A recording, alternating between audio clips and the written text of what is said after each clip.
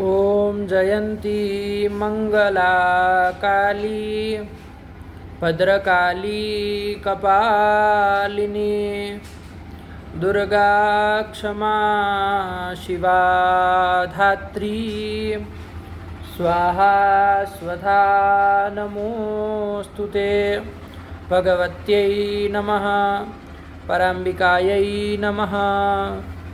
चलिए।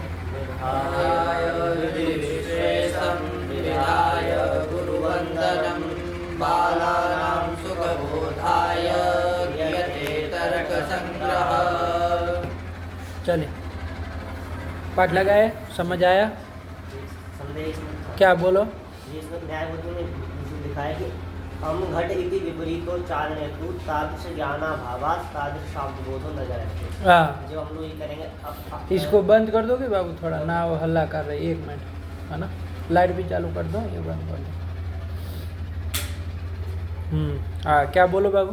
हम ये रखेंगे तो घटियम कर्मत्व में शाब्दबोध नहीं हो पाएगा। ये इसको नहीं होता है क्या?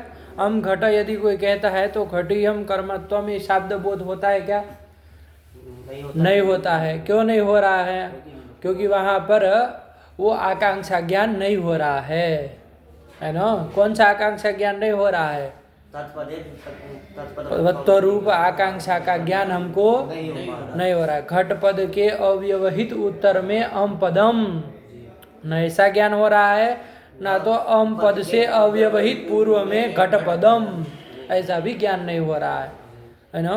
इसलिए अम घट सुनने पर नहीं ना, घटम यदि कहते तब तो हो जाता, लेकिन अम घट कहने पर इस तरह के आकांक्षा का ज्ञान नहीं हो रहा है, इसलिए वहाँ पर शब्द बोध नहीं होगा। ये कहा है। क्या तुमको इसमें दिक्कत है? यहाँ पर भी होता है तत्पदे तत्पदे तत्पदवत्वम, हाँ। जैसे कि अम पद में घटपद स्वाभाविक पूर्वत्व संबंध से है। हाँ, तो तत्पदे तत्पदवत्वम यहाँ भी हो गया। ये ऐसी कोई ऐसी आकांक्षा है क्या? ऐसी आकांक्षा है क्या? आकांक्षा नहीं, लेकिन संबंध जो जा रहा है ऐसा। कैसे? मतलब ये थोड़ी ना है कि मतलब अव्यवहित पूर्वत्व चाहे अव्यवहित उत्तरत्व संबंध है ना, किसी पद में किसी पद का तद्वत्व बता देंगे। अरे आपको अन्वय व्यतिरेक से ना, आप कोई किसी आकांक्षा ज्ञान, कौन सा आकांक्षा ज्ञान कौन से शब्द बोध के प्रति कारण है, ये आप अन्वय व्यतिरेक से न देखेंगे। तत्सत्वे तत्सत्वम तदभावे तदभावः। जैसे दंड सत्वे घट सत्वम, दंड होने पर घट होता है, यदि दंड नहीं रहेगा तो घट। ये अन्वय भी है, व्यतिरेक सहचार भी है। इसी से न निर्धारण करेंगे कि घट के प्रति दंड कारण है। समझ में आ रही बात? समझो बात को। तुम क्या कह रहे हो कि अरे हम घट कहा है, तो घटपद जो घटपदवत्व हम पद में स्वाव्यवहित पूर्वत्व संबंधेन है, लेकिन ये आकांक्षा घटियम कर्मत्वम इस शब्द बोध के प्रति कारण है क्या? ध्यान से देखो, इस तरह की अम पदम घटपदवत केन संबंधेन?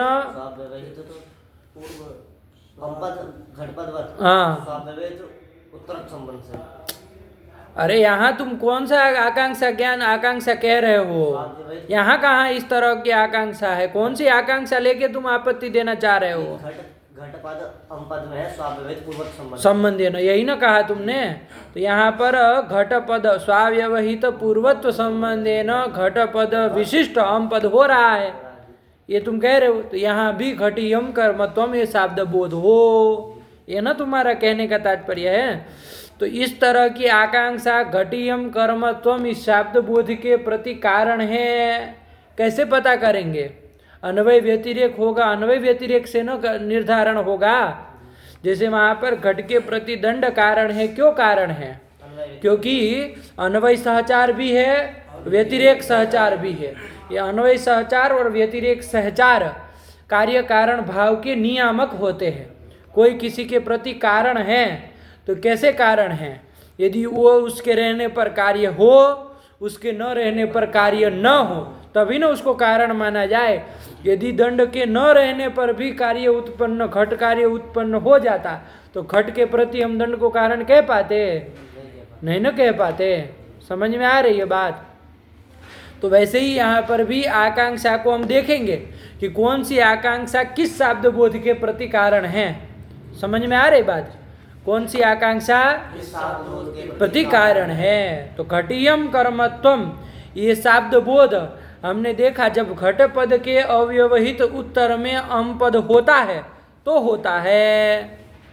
घट पद के अव्यवहित उत्तर में अम पद रहता है तो वहां पर घटियम कर्मत्वम ये शाब्द बोध होता है। अथवा तो अम पद से अव्यवहित पूर्व में घट पद होता है तो वहां पर घटियम कर्मत्वम शाब्द बोध होता है। आया कि नहीं आया? तो जहां पर इस तरह का घटम इस तरह का उच्चारण नहीं हुआ है वहां पर इस तरह का शाब्द बोध नहीं होगा। क्या? अरे नहीं होता है। होता है क्या?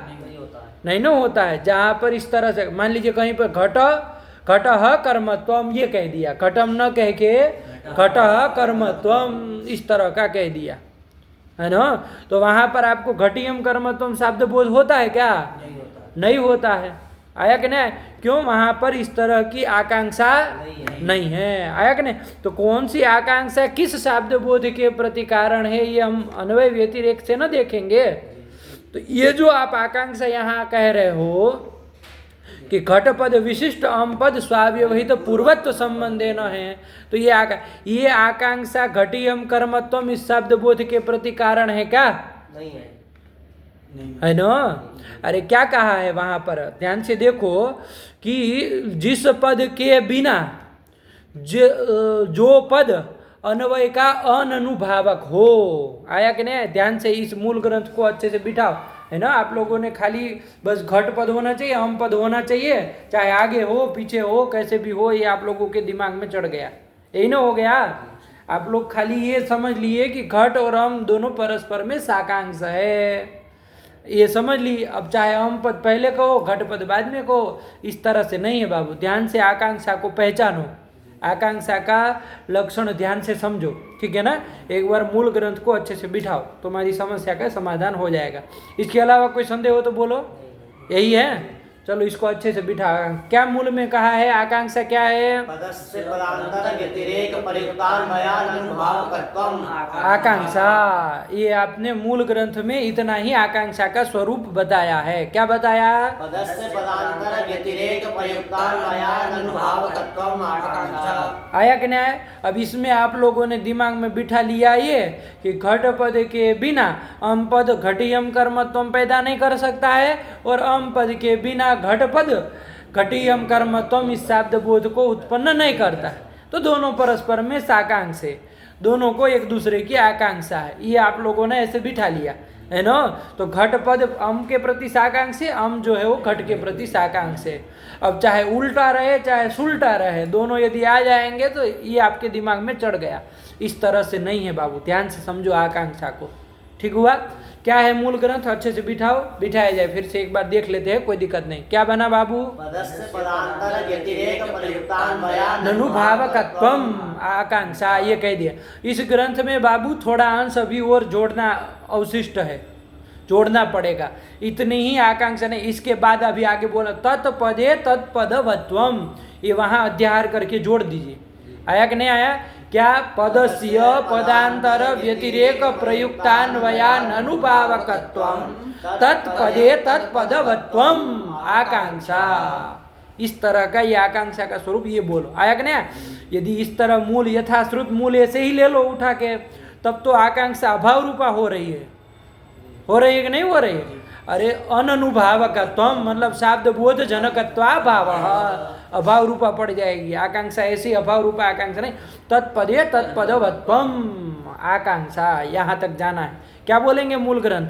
पदस्य पदांतर व्यतिरेक प्रयुक्तान्वयानुभावकत्वम् तत्पदे तत्पदवत्वम आकांक्षा। आया कि नहीं? तत्पदे तत्पदवत्वम। अब तत्त शब्द आया, इधर तो यत कहा नहीं है, तो यत तद का नित्य संबंध होता है। तो इधर भी बाबू ध्यान देना, ये जो पदस्य बोल रहे हो और पदांतर बोल रहे हो, तो वहां दोनों जगह यत यत शब्द जोड़ दो, है ना? तो आपका सटीक बैठ जाएगा कि क्या कहना। तो यत पदस्य यत पदांतर व्यतिरेक प्रयुक्तान्वयानुभावकत्वम तत्पदे तत्पदवत्वम आकांक्षा। देखो अब ध्यान से बिठाया जाए, एक बार समन्वय किया जाए तो घटम ये पद स्थल में ही देखा जाए, है कि नहीं है। घटम ये किसी वक्ता ने उच्चारण किया तो वहां पर आपको क्या शब्द बोध होता है? घटियम कर्मत्वम, ये शब्द बोध होता है कि नहीं होता है? इसमें तो कोई दिक्कत नहीं है।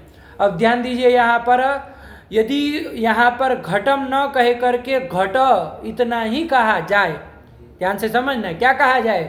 घट इतना ही कहा जाए तो वहां घटियम कर्मत्वम ये शब्द बोध होगा क्या? नहीं हो पाएगा। नहीं हो पाएगा। क्यों नहीं हो पाएगा? क्योंकि क्यों नहीं हो पाएगा? कि उसका संबंध किसी के साथ नहीं बनता, उसके साथ क्यों नहीं हो रहा है? सीधा सीधा कुछ लौकिक बनोगे कि बस सीधे विद्वान बन जाओगे?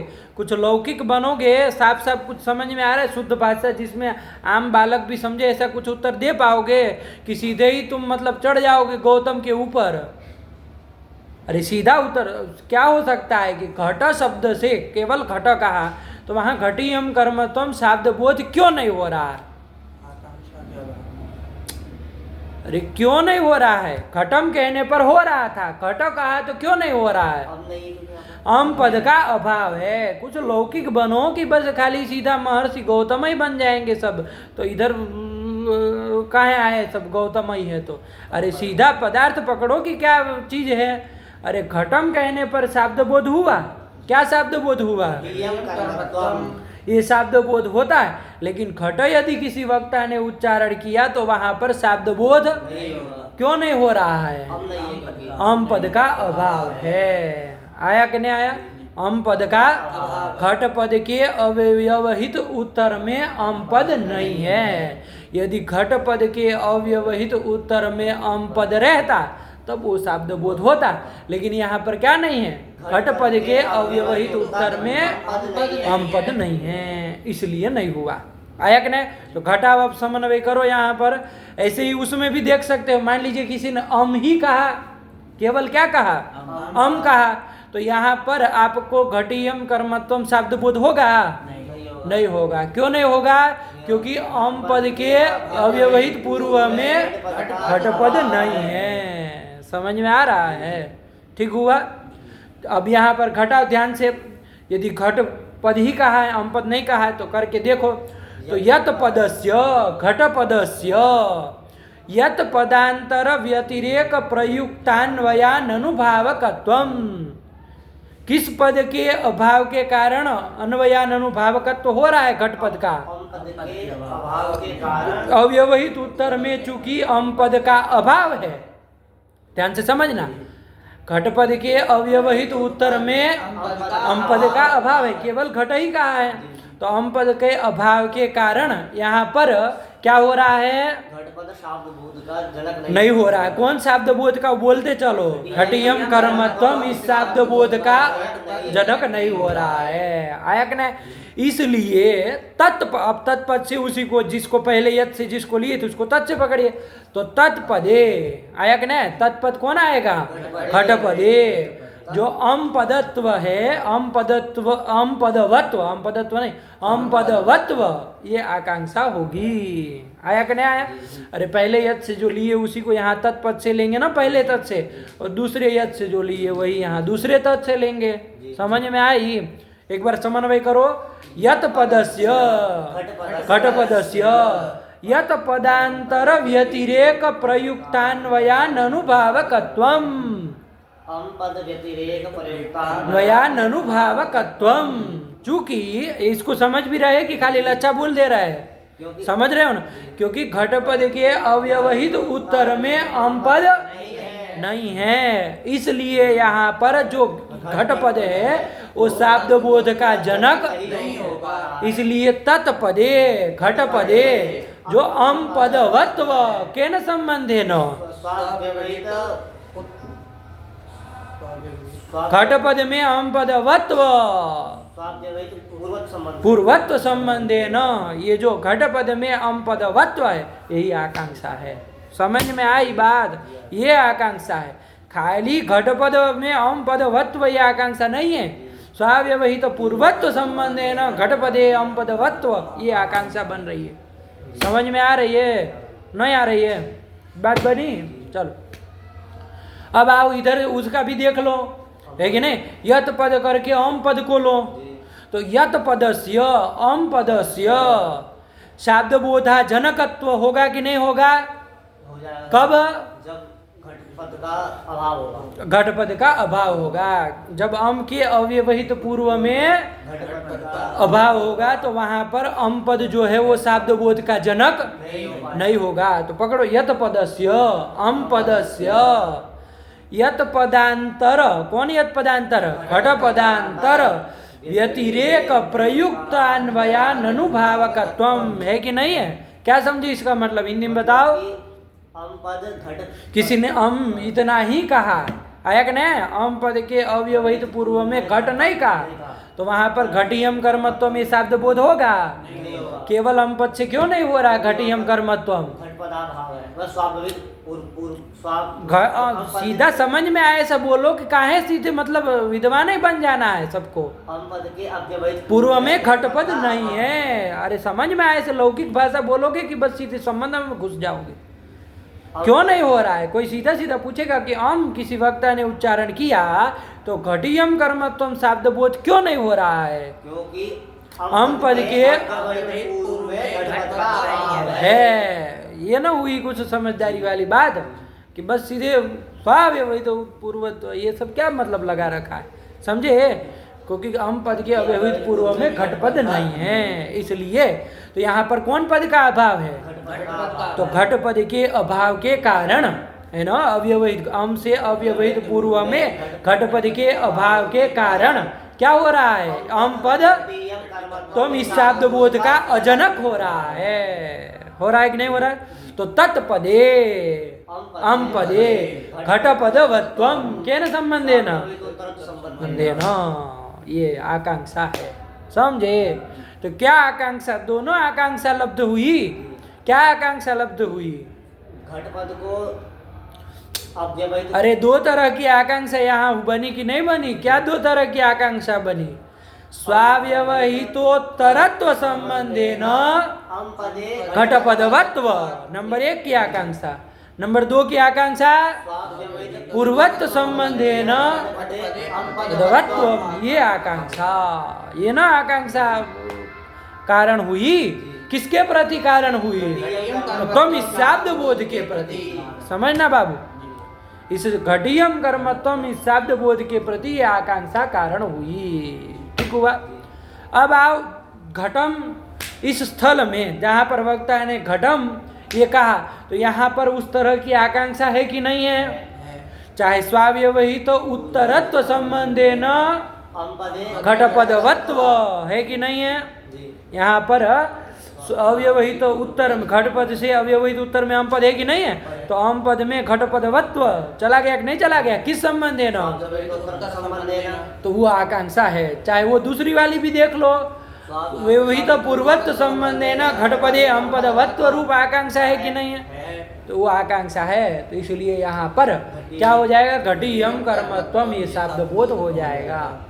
अब आओ हम घट में जहाँ पर विपरीत उच्चारण किया है कि नहीं है? जहाँ पर केवल घट का उच्चारण करेगा तो भी वहाँ पर उस तरह की आकांक्षा का, इस घटियम कर्मत्वम के कारणीभूत जो आकांक्षा है, वो आकांक्षा जहाँ पर घट केवल इतना ही उच्चारण किया, वहाँ वो आकांक्षा है क्या?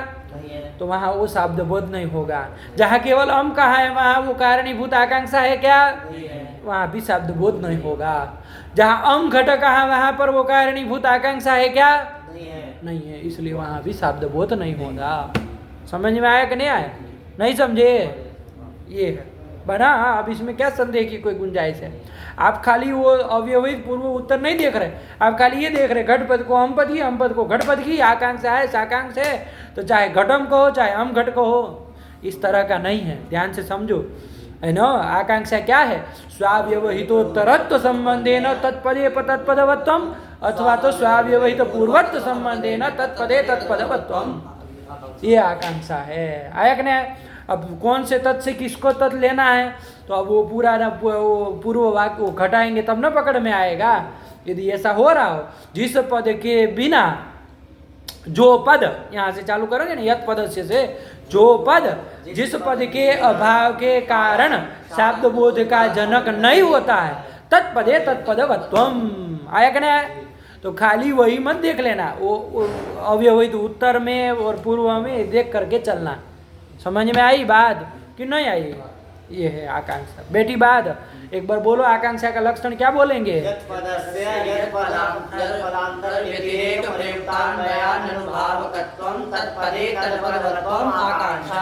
आया कि नहीं आया? और ये आकांक्षा बाबू जो है, जैसे यहाँ पर हुई अम पदे घट पदवत्व के न संबंध है न, इसको फटाक से बिठाना है। हाँ, ये तुरंत आपको पता होना चाहिए कि किसकी वत्ता बता रहे, किसमें बता रहे, तो तुरंत संबंध बोलना है। अम पदे घटवत्व घटपदवत्व के न संबंध है न, और घटपदे अम पदवत्व संबंध है न। आया कि नहीं?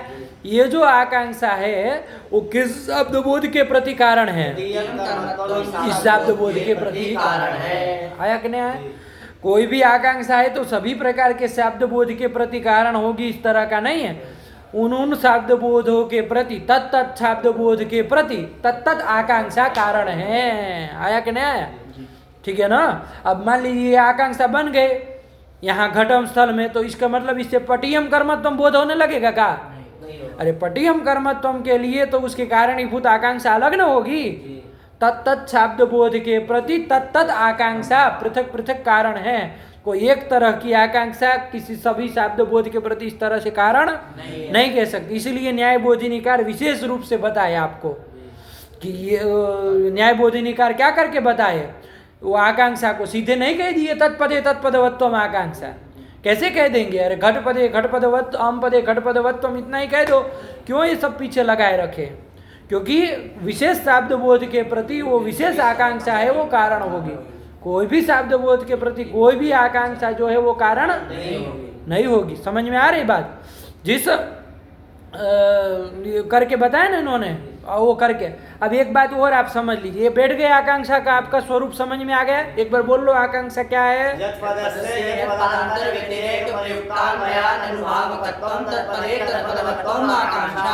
आया कि नहीं आया? ये आकांक्षा आपकी बनी और ये शब्द बोध में कारण है। यही तत्पदे तत्पदवत्व रूप आकांक्षा जो है वो कारण है। समझ में आई? तो घटियम कर्मत्वम शब्द बोध कब होगा? जब वहां पर इस तरह की आकांक्षा रहेगी, है ना? घटपदे अम पदवत्व चाहे अम पदे घटपदवत्व, वो संबंध आप जोड़ लीजिएगा। ये जब रहेगा उस संबंध से, तभी वहां पर घटियम कर्मत्वम ये शब्द बोध होगा। तो घटम स्थल में वो आकांक्षा है कि नहीं है? इसलिए घटियम कर्मत्वम शब्द बोध हो जाएगा। बात बैठी कि नहीं बैठी? ये बना। अब एक बात ध्यान दीजिए यहाँ पर, ये आकांक्षा अभी तो मूल ग्रंथ के अनुसार यही ना आ रहा है कि आकांक्षा कारण है शब्द बोध के प्रति, लेकिन एक बात हम आपको पिछले पाठ में भी बताया कि आकांक्षा जो है वो स्वरूपतः कारण नहीं है, उसका ज्ञान कारण है। ज्ञानतः वो कारण है। आकांक्षा ज्ञानम कारणम शब्द बोध है। आया कि नहीं? इसलिए अन्य और दीपिका आदि टीका देखेंगे ना, तो वहाँ आकांक्षा का अर्थ आकांक्षा ज्ञानम वाक्यार्थ ज्ञाने हेतु, ये लगा दिए। क्या लगा दिए? ज्ञानम वाक्यार्थ ज्ञाने हेतु। शब्द बोध में आकांक्षा स्वरूपतः कारण नहीं है, अपितु है आकांक्षा का ज्ञान कारण है। आकांक्षा का ज्ञान होना चाहिए, ज्ञान कारण है। आया कि नहीं? क्यों ऐसा कह रहे हैं? क्यों ये कहने की जरूरत? आकांक्षा ही कारण मानो, क्या दिक्कत है? घटम स्थल में वो आकांक्षा है कि नहीं है? स्वरूपतः वो आकांक्षा विद्यमान है कि नहीं है? इसलिए शब्द बोध हो रहा है। यदि अम घटक है, चाहे केवल घटक है, चाहे केवल अम कहे, तो वहां स्वरूपतः आकांक्षा है क्या? नहीं है। तो शब्द बोध भी तो इसी को मान लो। क्यों आकांक्षा ज्ञान को कारण मान रहे? कोई प्रश्न करेगा कि नहीं करेगा? स्वरूपतः ही आकांक्षा को क्या मान लो? कारण मान लो। ज्ञान को क्यों कह रहे हैं? इन्होंने भी न्याय बोधिनिकार ने भी आगे जाकर के आकांक्षा ज्ञानम वाक्यार्थ बोधे हेतु कर दिया कि नहीं कर दिया? तो आकांक्षा ज्ञान को क्यों कारण मान रहे हो? तो देखो बाबू, मान लीजिए किसी वक्ता ने, ध्यान से समझिएगा, एक बार में पकड़िए पदार्थ को। किसी वक्ता ने मान लीजिए घटः ये कहा, अब किसी भी कारण से आपने वो घटः न सुन करके आपको क्या हो गया? घटम ये सुन लिया। मान लीजिए बहुत हल्ला हो रहा तो होता है ना कभी कभार, अरे बहुत हल्ला हो रहा है, आपने वो बोला था घट, आपने सुन लिया घटम, ये सुन लिया है ना। बोला है क्या, वस्तु स्थिति पद यही घट ही बोला है, उच्चारण जो जिस पद का वो घट, आपने सुन लिया घटम। अब बताओ वहां पर आपको शाब्द बोध घटियम कर्मत्व में आपको शाब्द बोध होता है कि नहीं होता है, अपने अनुभव से बताना। होगा, किसी के ऊपर जाने की जरूरत नहीं, कोई कहे नहीं कहे, आप अपने अनुभव से देखिए वहां घटियम कर्मत्व शाब्द बोध होगा कि नहीं होगा, होता है, ठीक है ना। चाहे भ्रमात्मक ही शाब्द बोध है लेकिन होता है, आया कि नहीं आया, भ्रमात्मक ही शाब्द लेकिन शाब्द भ्रमात्मक शाब्द बोध होता है। अब आप यदि स्वरूप सती आकांक्षा कारण है, स्वरूपतः आकांक्षा कारण है, तो स्वरूपतः वहां आकांक्षा है क्या, उसने तो घट ही न कहा है।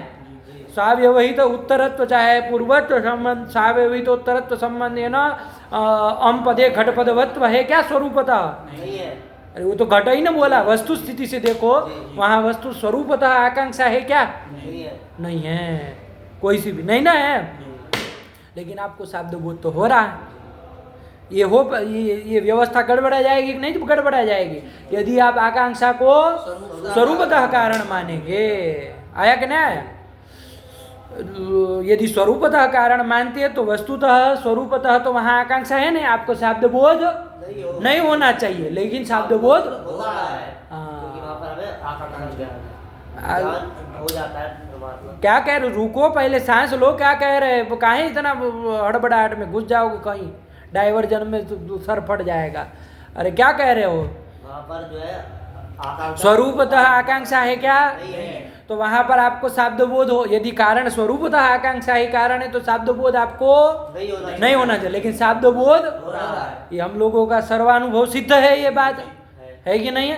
तो इससे क्या पता चला कि स्वरूपतः आकांक्षा कारण अपितु आकांक्षा का ज्ञान कारण है। तो आकांक्षा का ज्ञान तो आपको हो गया है कि नहीं हो गया है, परमात्मक ही सही, लेकिन आकांक्षा का ज्ञान हुआ है कि नहीं हुआ है। जिसने बोला था घट, लेकिन आपने घटम सुन लिया, तो आपको अम पदे उत्साव्यवहितोत्तरत्व संबंधे न अम पदे घटपदवत्व रूप आकांक्षा का ज्ञान हो गया कि नहीं हो गया, परमात्मक ही हुआ, परमात्मक ही है, लेकिन हुआ कि नहीं हुआ, तो उससे भ्रमात्मक शाब्द बोध भी उत्पन्न हो जाएगा। कब ये सब व्यवस्था बन पाएगी, जब आप शाब्द बोध के प्रति को कारण मानेंगे तब। यदि स्वरूपतः आकांक्षा को कारण मानेंगे तो ये सब व्यवस्था नहीं होगी, विरुद्ध न हो जाएगी, ठीक हुआ।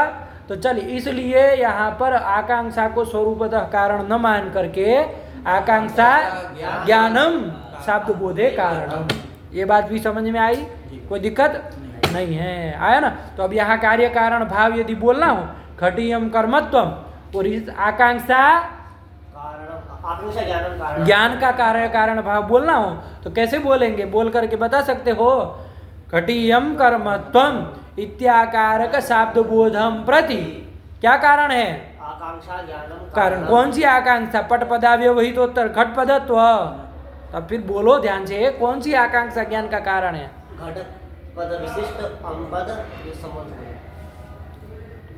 क्या घोच पोच कर रहे हो, आकांक्षा ज्ञान क्या बोलेंगे, ये आकांक्षा ज्ञान इस शाब्द बोध के प्रति कारण है, घटियम कर्मत्वम इस शाब्द बोध के प्रति स्वाव्यवहितोत्तरत्व संबंधेन घट पद विशिष्ट अम पदम इत्याकारक आकांक्षा ज्ञानम कारणम, घटपदवत अम पदम, ये कह दो, विशिष्ट न बोल के वत बोल दो, चाहे विशिष्ट बोल दो। ये जो ये आकांक्षा का ज्ञान हुआ ना, ज्ञान का आकार क्या बोले, आकांक्षा तो हुई तत्पदे तत्पदवत्व, उसका उस आकांक्षा का ज्ञान क्या आकार क्या बोलेंगे, तत्पदवत तत्पदम स्वाव्यवहितोत्तरत्व संबंधेन अम पदम, चाहे वो यदि बोलेंगे तो स्वाव्यवहित पूर्वत्व संबंधेन घटपदम, ये आकांक्षा ज्ञान कारण है।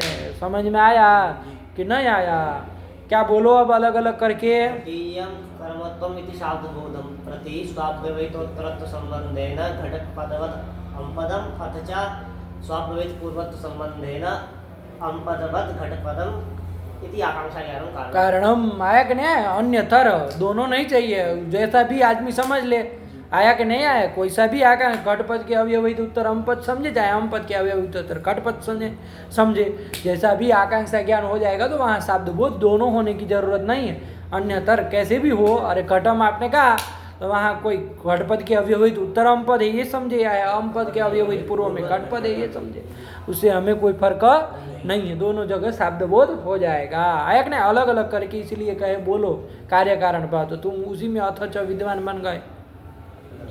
अलग अलग बोलो, क्या अलग घटीयम कर्मत्वम प्रति घटीयम कर्मत्वम इति शाब्द बोधम प्रति इत्याकार घटीयम कर्मत्वम इत्याकारक शब्द बोधम प्रति स्वाप्तवैतोत्तरत्व संबंधेन घटपदवत् पदम इति आकांक्षा ज्ञानम कारणम। हाँ, और ऐसे फिर बोल लो घटीयम कर्मत्वम इत्याकारक शब्द बोधम प्रति स्वाप्तवैत पूर्वत्व संबंधेन पदवत् घटपदम इति आकांक्षा ज्ञानम कारणम। बोल पाओगे? समझे कुछ पदार्थ, ये खाली बस आप लोग घूम ही रहे बनारस में। घटीयम कर्मत्वम इत्याकारक शाब्द बोधम प्रति स्वाव्यवहितोत्तरत्व संबंधेन घटपदवत् अम्पदम इत्याकारक आकांक्षा कारणम। आकांक्षा कारण, तब तो फिर ये आकांक्षा ज्ञानम कारण। हाँ, आकांक्षा ये ज्ञान का आकार बोले नो। आकांक्षा कहते तो तत्पदे तत्पदवत्व, उसमें ऐसे उसमें थोड़ी ना आकार होता है। अरे ये ज्ञान का ना आकार होता है, इत्याकारक ज्ञान न हो गया। आकांक्षा का क्या आकार, उसका तो तत्पद में तत्पदवत्ता, ये आकांक्षा है, उसमें थोड़ी ना आकार बोला जाता है। इत्याकारक आकांक्षा ज्ञानम कारण। आया कि नहीं? हाँ। और घटीयम कर्मत्वम इत्याकारक शब्द बोधम प्रति स्वाव्यवहितोत्तर स्वाव्यवहितोत्तर और स्वाव्यवहित पूर्वोत्तर संबंधेन अम्पदवत् घटपदम इत्याकारक आकांक्षा ज्ञानम कारण। हाँ, बहुत वो किया, इतना वो हिचक हो रही है ना, ये नहीं होनी चाहिए। आया कि नहीं? पदार्थ स्पष्ट है तो वाणी एकदम था, वो बहनी चाहिए, पानी जैसे बह जाए उस तरह से आना चाहिए। रुक रुक के बोल रहे हो, इसका मतलब संदेह है कहीं? हाँ। घटीयम कर्मत्वम इत्याकारकम शाब्द बोधम प्रति स्वाव्यवहित उत्तरोत्तर संबंधी उत्तरोत्तरम बलिया है, जब व्याकरण में घुस जाएंगे न्याय में से। चलो तो घुमाओ तुम बनारस में अपने सगी संबंधियों को, है ना, उसी से उद्धार होने वाला है। आया कि नहीं ना था पिछले पाठ में, तब फिर कैसे कहाँ से आ जाएगा? अरे पुराना पाठ नहीं समझे होंगे। आया कि नहीं? चलिए बिठाओ इसको। घूमने से, बनारस घूमोगे तो कहाँ से न्याय आएगा बनारस घूमने से? अरे एक दिन का पाठ भी छोड़े तो मतलब गड़बड़ हो गए, समझ लीजिए। आया कि नहीं? चलिए, तो ये कर दिया, बनी बात बेटी, यही है आकांक्षा। तो इस तरह से सभी शब्द बोध। अब ये सामान्य तो हम नहीं कह सकते, ये आकांक्षा जो है, आकांक्षा ज्ञान है, वो कारण है। तो कोई भी शब्द बोध के प्रति कारण नहीं, यही शब्द बोध के प्रति ये कारण है। यदि पटियम कर्मत्वम शब्द बोध होगा, गोनिष्ठम कर्मत्वम शब्द बोध होगा, तो उसके प्रति वैसी वैसी आकांक्षा ज्ञान जो है वो कारण होगा। तो तत्त शब्द बोध के प्रति तत्त आकांक्षा ज्ञान कारण है। तो इस तरह से ही हम अन्वय व्यतिरेक से देखेंगे कि कौन सी आकांक्षा का ज्ञान कौन से शब्द बोध के प्रादि कारण है। आया कि नहीं? तो कैसे देखेंगे? जिस आकांक्षा ज्ञान के होने पर जिस तरह का शब्द बोध होता है, और जिस आकांक्षा ज्ञान के न रहने के कारण वो शब्द बोध नहीं होता, तब वहाँ पर उस शब्द बोध के प्रति उस आकांक्षा ज्ञान को कारण मानेंगे। आया कि नहीं? उठ पटांग उसका वो कारण कह दे, उसका वो कारण कह दे, तो ऐसे मनमाने तरीके से नहीं होता। आया कि नहीं आया? समझे बात? ठीक है ना? चल यही बात है, वही लिखा है इन्होंने। बैठ गए बात? आकांक्षा समझ में आई? पदार्थ? चलो हाँ, और कोई संदेह हो तो बोलो। अब हम घट में देख लो, नहीं न है न अम पदे घटपदवत्व है, न घटपदे अम पदवत्व है।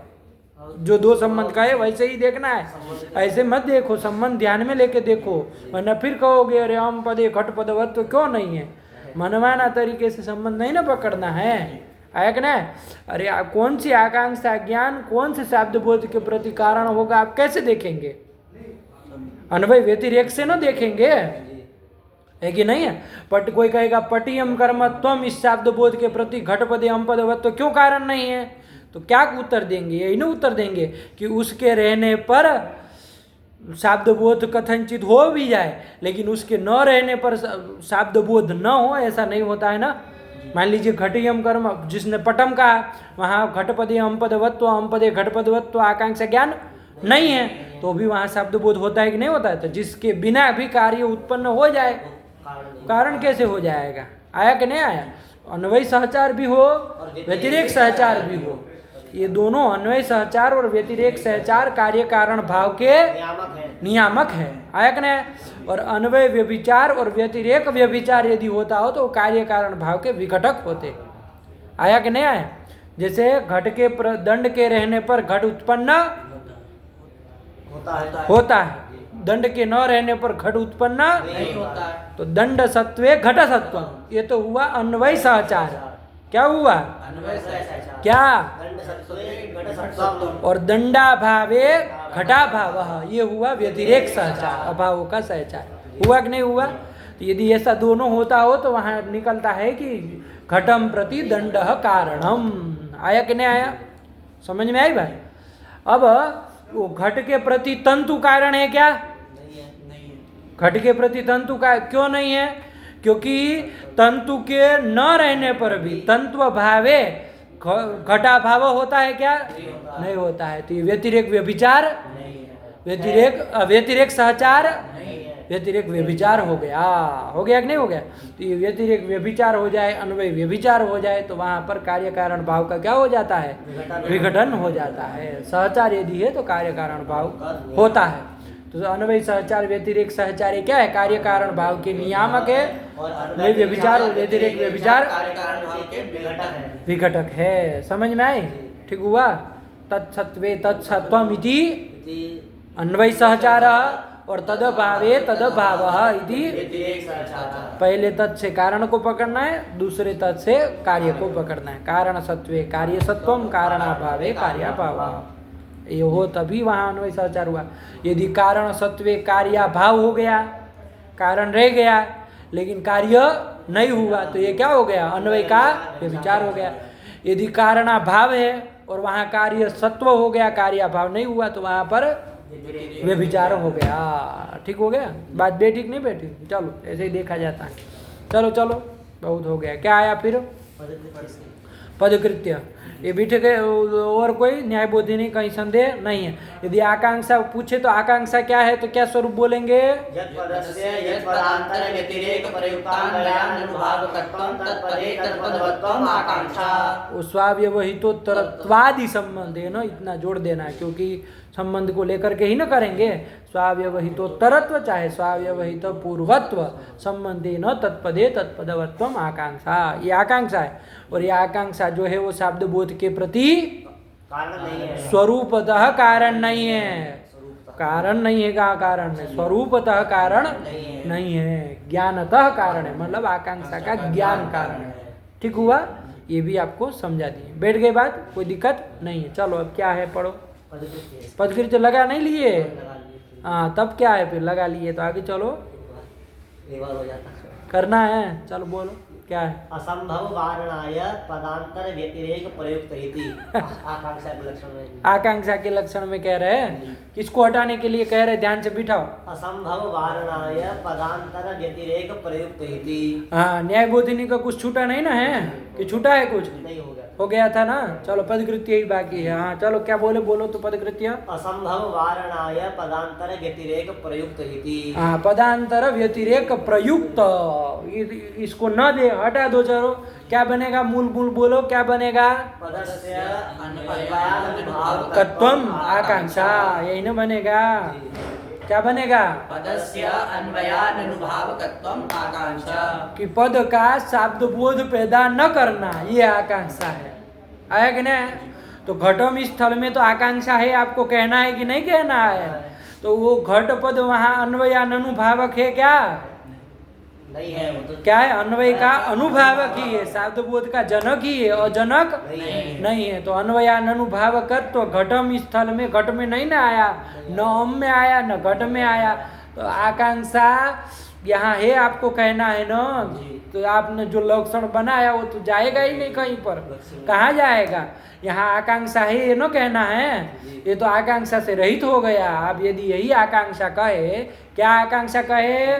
पदस्य अन्वयान अनुभावकत्वम, पद का शब्द बोधा जनकत्व।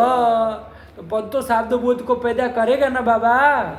घटम में घट शब्द बोध को पैदा कर रहा है ना, अम कर रहा है ना, तो शब्द बोधा जनकत्व तो गया क्या?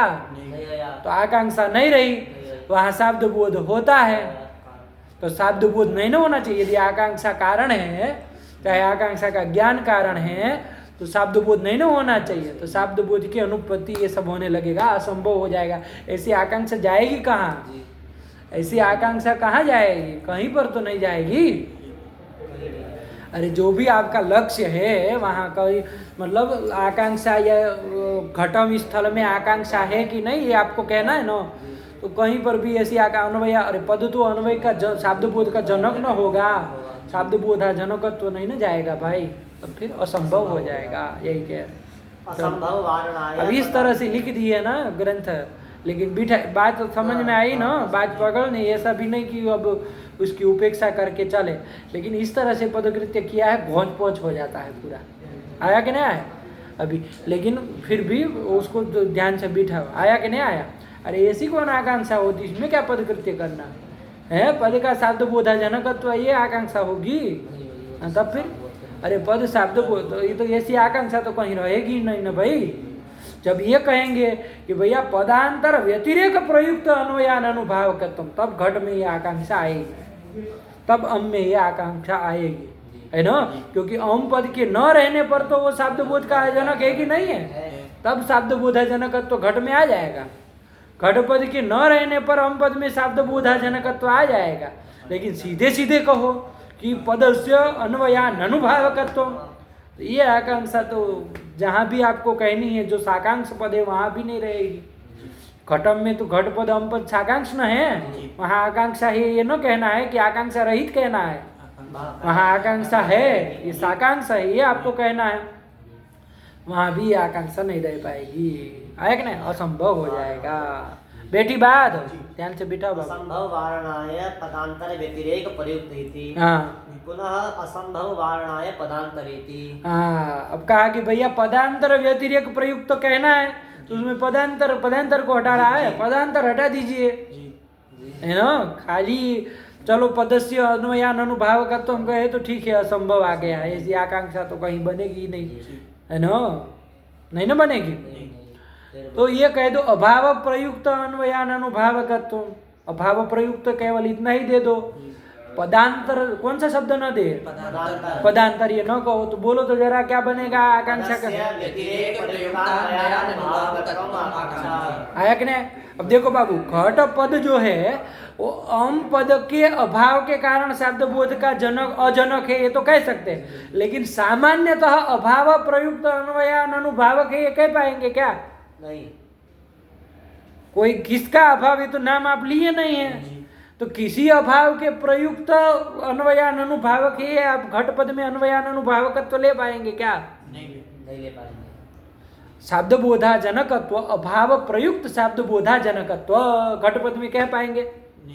हम पद के अभाव प्रयुक्त शब्द बोधा जनकत्व तो कह सकते हैं, लेकिन कुछ पदांतर या कुछ तो कहना नहीं है, किसका अभाव तो कहना नहीं, अभाव प्रयुक्त अन्वयान अनुभावकत्व पद में अभाव प्रयुक्त शब्द बोधा जनकत्व, तो घट पद में ऐसा शब्द बोधा जनकत्व आएगा क्या? अभाव प्रयुक्त सामान्यतः अभाव प्रयुक्त शब्द बोधा जनकत्व कौन पद में जाएगा? कि अभाव के कारण शब्द बोधा जनकत्व, कोई पद ऐसा घट पद अभाव के कारण शब्द बोध का अजनक हो रहा है, सामान्यतः वो अभाव किसका, किम प्रतियोगी का अभाव, यह नहीं कहना है। तो ऐसा कहीं प्रसिद्ध हो सकता है?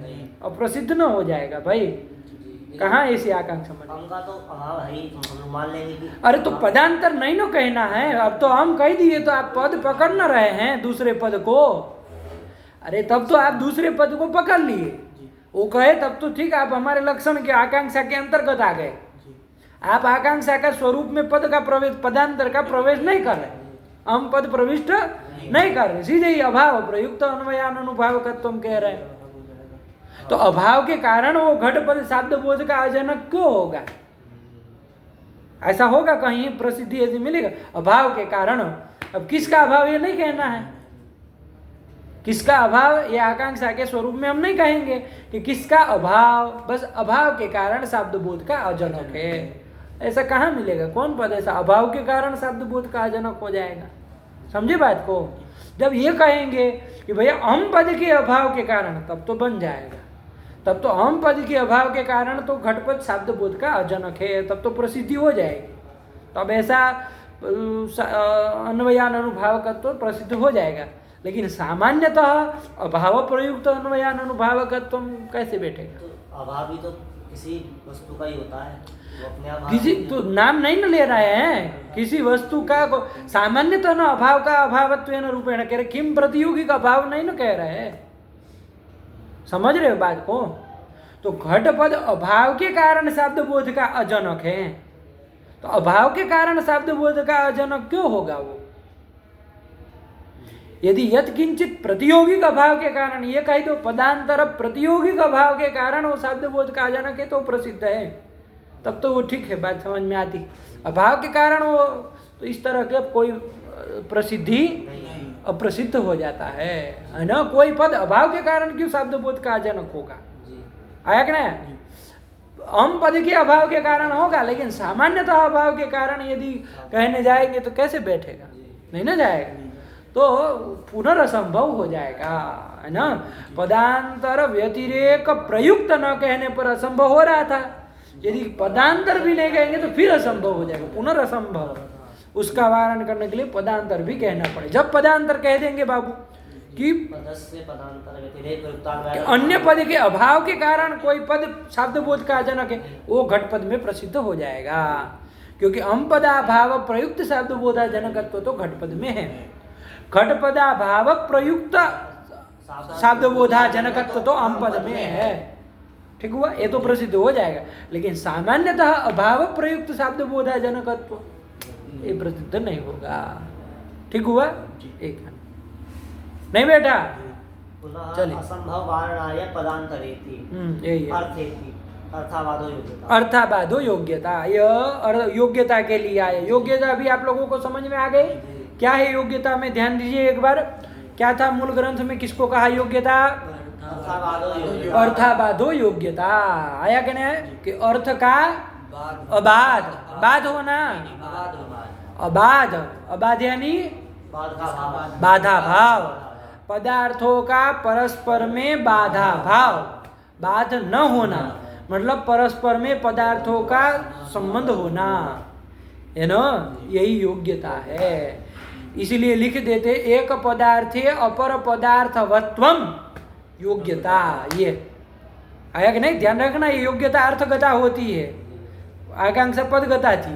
तत्पदे तत्पदवत्वम आकांक्षा, आया कि नहीं? इसमें क्या होता है? एक पदार्थे अपर पदार्थवत्वम योग्यता, ये करते हैं कि एक पदार्थ में दूसरे पदार्थ का रहना, यही योग्यता। यदि वो न रह पाए तो योग्यता वहाँ, यदि कोई एक पदार्थ में दूसरा पदार्थ न रह पाए, उसका बाध हो जाए, तो वहाँ योग्यता।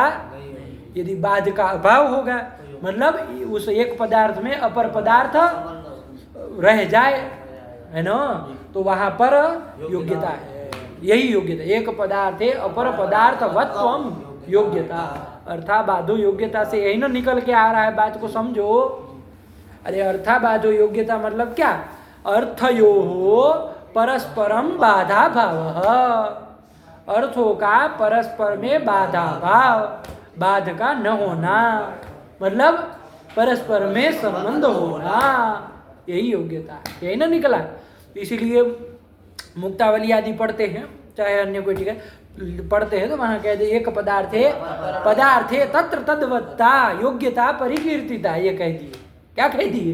पदार्थे तत्र तद्वत्ता, तद्वत्ता मतलब अपर पदार्थवत्ता, एक पदार्थे अपर पदार्थवत्वम योग्यता, यही योग्यता है। पदार्थे तत्र तद्वत्ता योग्यता परिकीर्तिता, यही अर्थाबाधो योग्यता का यही ना तात्पर्य है बाबा, कि और कुछ नहीं ना है।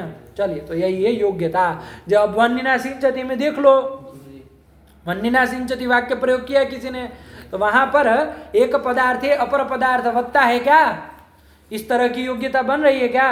वन्नी में सेक करणत्ववत्ता हो रही है क्या? नहीं हो रही, बाधित है। सेक करणत्व किसका वस्तुतः किसका धर्म है? जल का धर्म है जलधर्मस्य सेककरणत्वस्य वर्णो बाधात न शाब्दबोधः। ठीक हुआ है ना। तो योग्यता जो है पदार्थे तत्र तदवत्ता, एक पदार्थे अपर पदार्थवत्ता। एक जैसे अब मान लीजिए जलेन सिंचति कह दिया जाए, जलेन सिंचति कह दिया जाए तो एकस्मिन् पदार्थे जल पदार्थे सेककरणत्व पदार्थवत्व है कि नहीं है, सेककरणत्ववत्व है कि नहीं है, सेककरणत्व उसमें तो रह पाएगा ना। तो कोई बाध का अभाव हो गया है ना, एक पदार्थ में अपर पदार्थवत्ता हो गई, कोई बाध नहीं है, आया कि नहीं। तो इसलिए यहाँ पर योग्यता है, तो योग्यता है तो शाब्द बोध भी हो जाएगा। नहीं समझ में आया। घटम का है तो वहाँ पर एक पदार्थे कर्मत्व पदार्थे अपर पदार्थ घट पदार्थवत्व है कि नहीं है, रह सकता है। कर्मता में घट पदार्थ निष्ठत्व संबंध न रहेगा, क्या दिक्कत है, कोई बाध नहीं ना, बाध है, इसलिए योग्यता है, इसलिए शाब्द बोध हो जाएगा। बेटी बात। तो एक पदार्थे अपर पदार्थवत्वम योग्यता, पदार्थे तत्र तद्वत्ता योग्यता परिकीर्तिता। समझ आए जी। चलो यही, अब पढ़ो क्या कह रहे हैं। अर्थेति आकांक्षा वारणाय अर्थेति। हाँ, इसमें कह रहे अर्थ न दे तो अबाधो योग्यता, अबाध मतलब बाधा भाव है ना। अब वो अर्थ का हो ऐसा जरूरी नहीं है, पद का भी हो जाए। तो देखो अर्थाबाधो योग्यता कह रहे थे तो क्या आ रहा था, यदि सीधे सीधे समझना हो तो एक पदार्थ है अपर पदार्थवत्वम। अब इसमें से अर्थ निकालने के लिए कह रहे हैं तो एक पदे अपर पदवत्वम, तो ये तो आकांक्षा ना हो गए बाबा, एक पद तत्पदे तत्पदवत्वम आकांक्षा हो गए, आकांक्षा में अतिव्याप्ति हो जाएगी। इसका वारण करने के लिए अर्थ देना पड़ेगा। नहीं समझ में आई। अरे यदि इसके मूल के एकदम मूल के अनुसार भी देख लो तो कोई दिक्कत नहीं है। अरे अर्थपद नहीं कहेंगे तो अबाध है योग्यता, बाधा भाव योग्यता। तो जैसे यहाँ पर घट पद में अम पदवत्व, कोई बाधा नहीं है।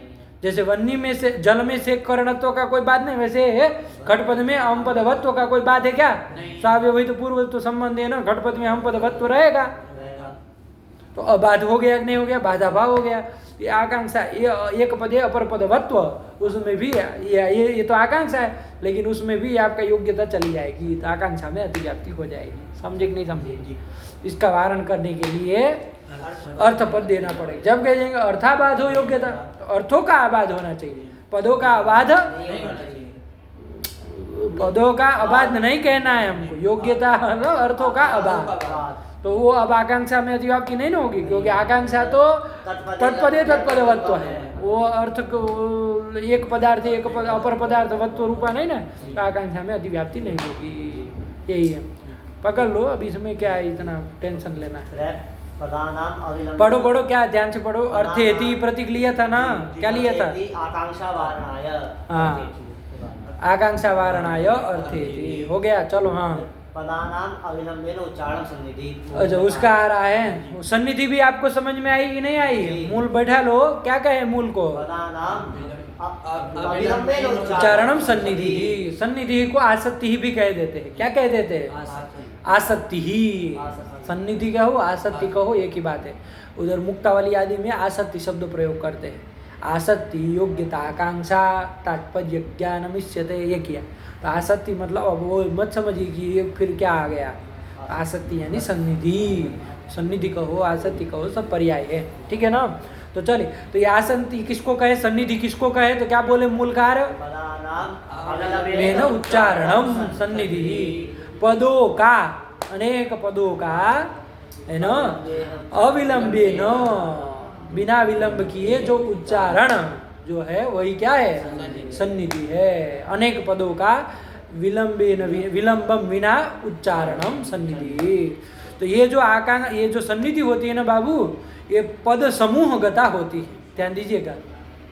पदों का, अनेक पदों का पद समूह, एक ही पद रहेगा तो क्या सन्निधि फिर वहां पर। अरे अनेक पदों का अवलंबे न उच्चारण, तो पद समूह न, पद समूह गता ये सन्निधि होती है। समझ में आ रही है। अरे समझे रहो, आकांक्षा जो हो किम गता थी, योग्यता और सन्निधि पद समूह गता, पद समूह गता आया कि नहीं। पदानाम, अनेक पदों का अविलंबेन उच्चारणम, ये सन्निधि है। बैठ गए? जैसे यदि मान लीजिए यहाँ पर जो उन्होंने दिया है, यदि प्रहरे प्रहरे, यदि एक एक प्रहर में रुक रुक के आदमी कहेगा, पहले गो कहेगा फिर अम कहेगा, तो उन अनेक पदों का, उस अनेक पदों का अविलंबेन उच्चारण नहीं हुआ है ना, कि हुआ? विलंबेन उच्चारण हुआ, अविलंबेन उन सभी पदों का उच्चारण नहीं हुआ, इसलिए वहाँ सन्निधि नहीं है। शब्द बोध भी सन्निधि के न होने के कारण शब्द बोध भी नहीं होता। पहली बात, चलिए यही सन्निधि, मूल तो बैठ गया है, कोई दिक्कत नहीं है। यदि घटम का है तो वहां पर देखो पदों का अविलंबेन उच्चारण है कि नहीं है, इसलिए सन्निधि है, वहां शब्द बोध हो जाएगा। गा मान य, यदि अविलंबेन उच्चारण करेगा वहां पर सन्निधि है, शब्द बोध हो जाएगा। गो थोड़ी देर बाद हम, थोड़ी देर बाद आनी, फिर लो, ऐसा उच्चारण करेगा तो वहां पदों का अविलंबेन उच्चारण नहीं है, तो सन्निधि के अभाव के कारण शब्द बोध भी नहीं होगा। एकदम मूल में कोई संदेह नहीं। चलो अब आओ, क्या कह रहे हैं? असहोच्चारितेषु अतिव्याप्ति वारणाय अविलंबेनेति। अविलंबेन पद दिया भैया, अविलंबेन हटाओ जरा, तो क्या कह दे? पदानाम उच्चारणम। तो जहाँ पर प्रहर प्रहर में असहोच्चरित जो गो अम ये पदे प्रहर प्रहर में कहे गए, वहां भी पदों का उच्चारण तो है ही बाबा, पदों का उच्चारण तो हो ही रहा है ना भाई, विलंब से ही सही। असह उच्चरित जो पद है वहां अधिव्याप्ति दे रहा है ना, वही ना देगा, अविलंब नहीं कहेगा। तो जहाँ विलंबित, जहाँ पदों का उच्चारण है विलंबे न, असह उच्चरित पद है गो, फिर थोड़ी देर बाद हम, वहाँ पदों का उच्चारण तो है ही, वहाँ भी सन्निधि वस्तुतः है नहीं, लेकिन आपकी सन्निधि वहाँ रह जाएगी, तो अतिव्याप्ति हो जाएगी। इसका वारण करने के लिए, वहाँ सन्निधि नहीं है, इसका वारण करने के लिए क्या कहना पड़ेगा? अविलंबेन उच्चारण। चलो ये इसमें कौन बड़ी बात। असहोच्चारितेषु अतिव्याप्ति वारणाय अविलंबेनेति। ठीक है। आकांक्षा वारणाय पदानामिति। हाँ, पदानाम कह दिया भैया, पदानाम का कर रहे हैं, क्या कह रहे हैं पंडित जी? आकांक्षा वारणाय पदानामिति। अच्छा, पदानाम न कहे, चलो क्या बनेगा? अविलंबेन उच्चारणम सन्निधि। अविलंबेन उच्चारणम सन्निधि। तो क्या कह रहे हैं कि आकांक्षा में, हाँ, तो वहाँ आकांक्षा जो एक पद स्वाव्यवहितोत्तरत्व संबंधेन हम पदे घटपदवत्व अविलंबेन उच्चारणम, खाली इतना ही कहेंगे तो हम पद में घटपदवत्व अव्यवहित उत्तरत्व संबंधेन, तो वो आकांक्षा में अतिव्याप्ति हो जाएगी, है ना, वो नहीं ना है सन्निधि। उसका वारण करने के लिए क्या देना पड़ेगा? पदानाम, पदानाम कहना पड़ेगा।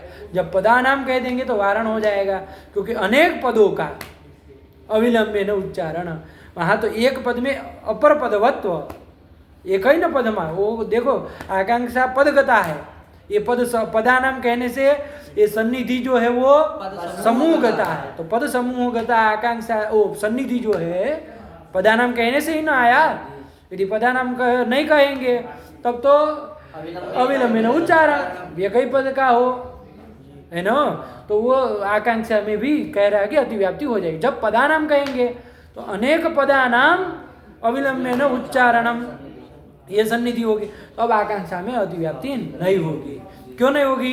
क्योंकि वहाँ तो ये घट अम पद में घटपदवत्व, हाँ, घटपदवत्व, अम पदे घटपदवत्व आया कि नहीं? अम पद में घटपदवत्व, यही ना है, अनेक पदों का नहीं ना किया जा रहा है।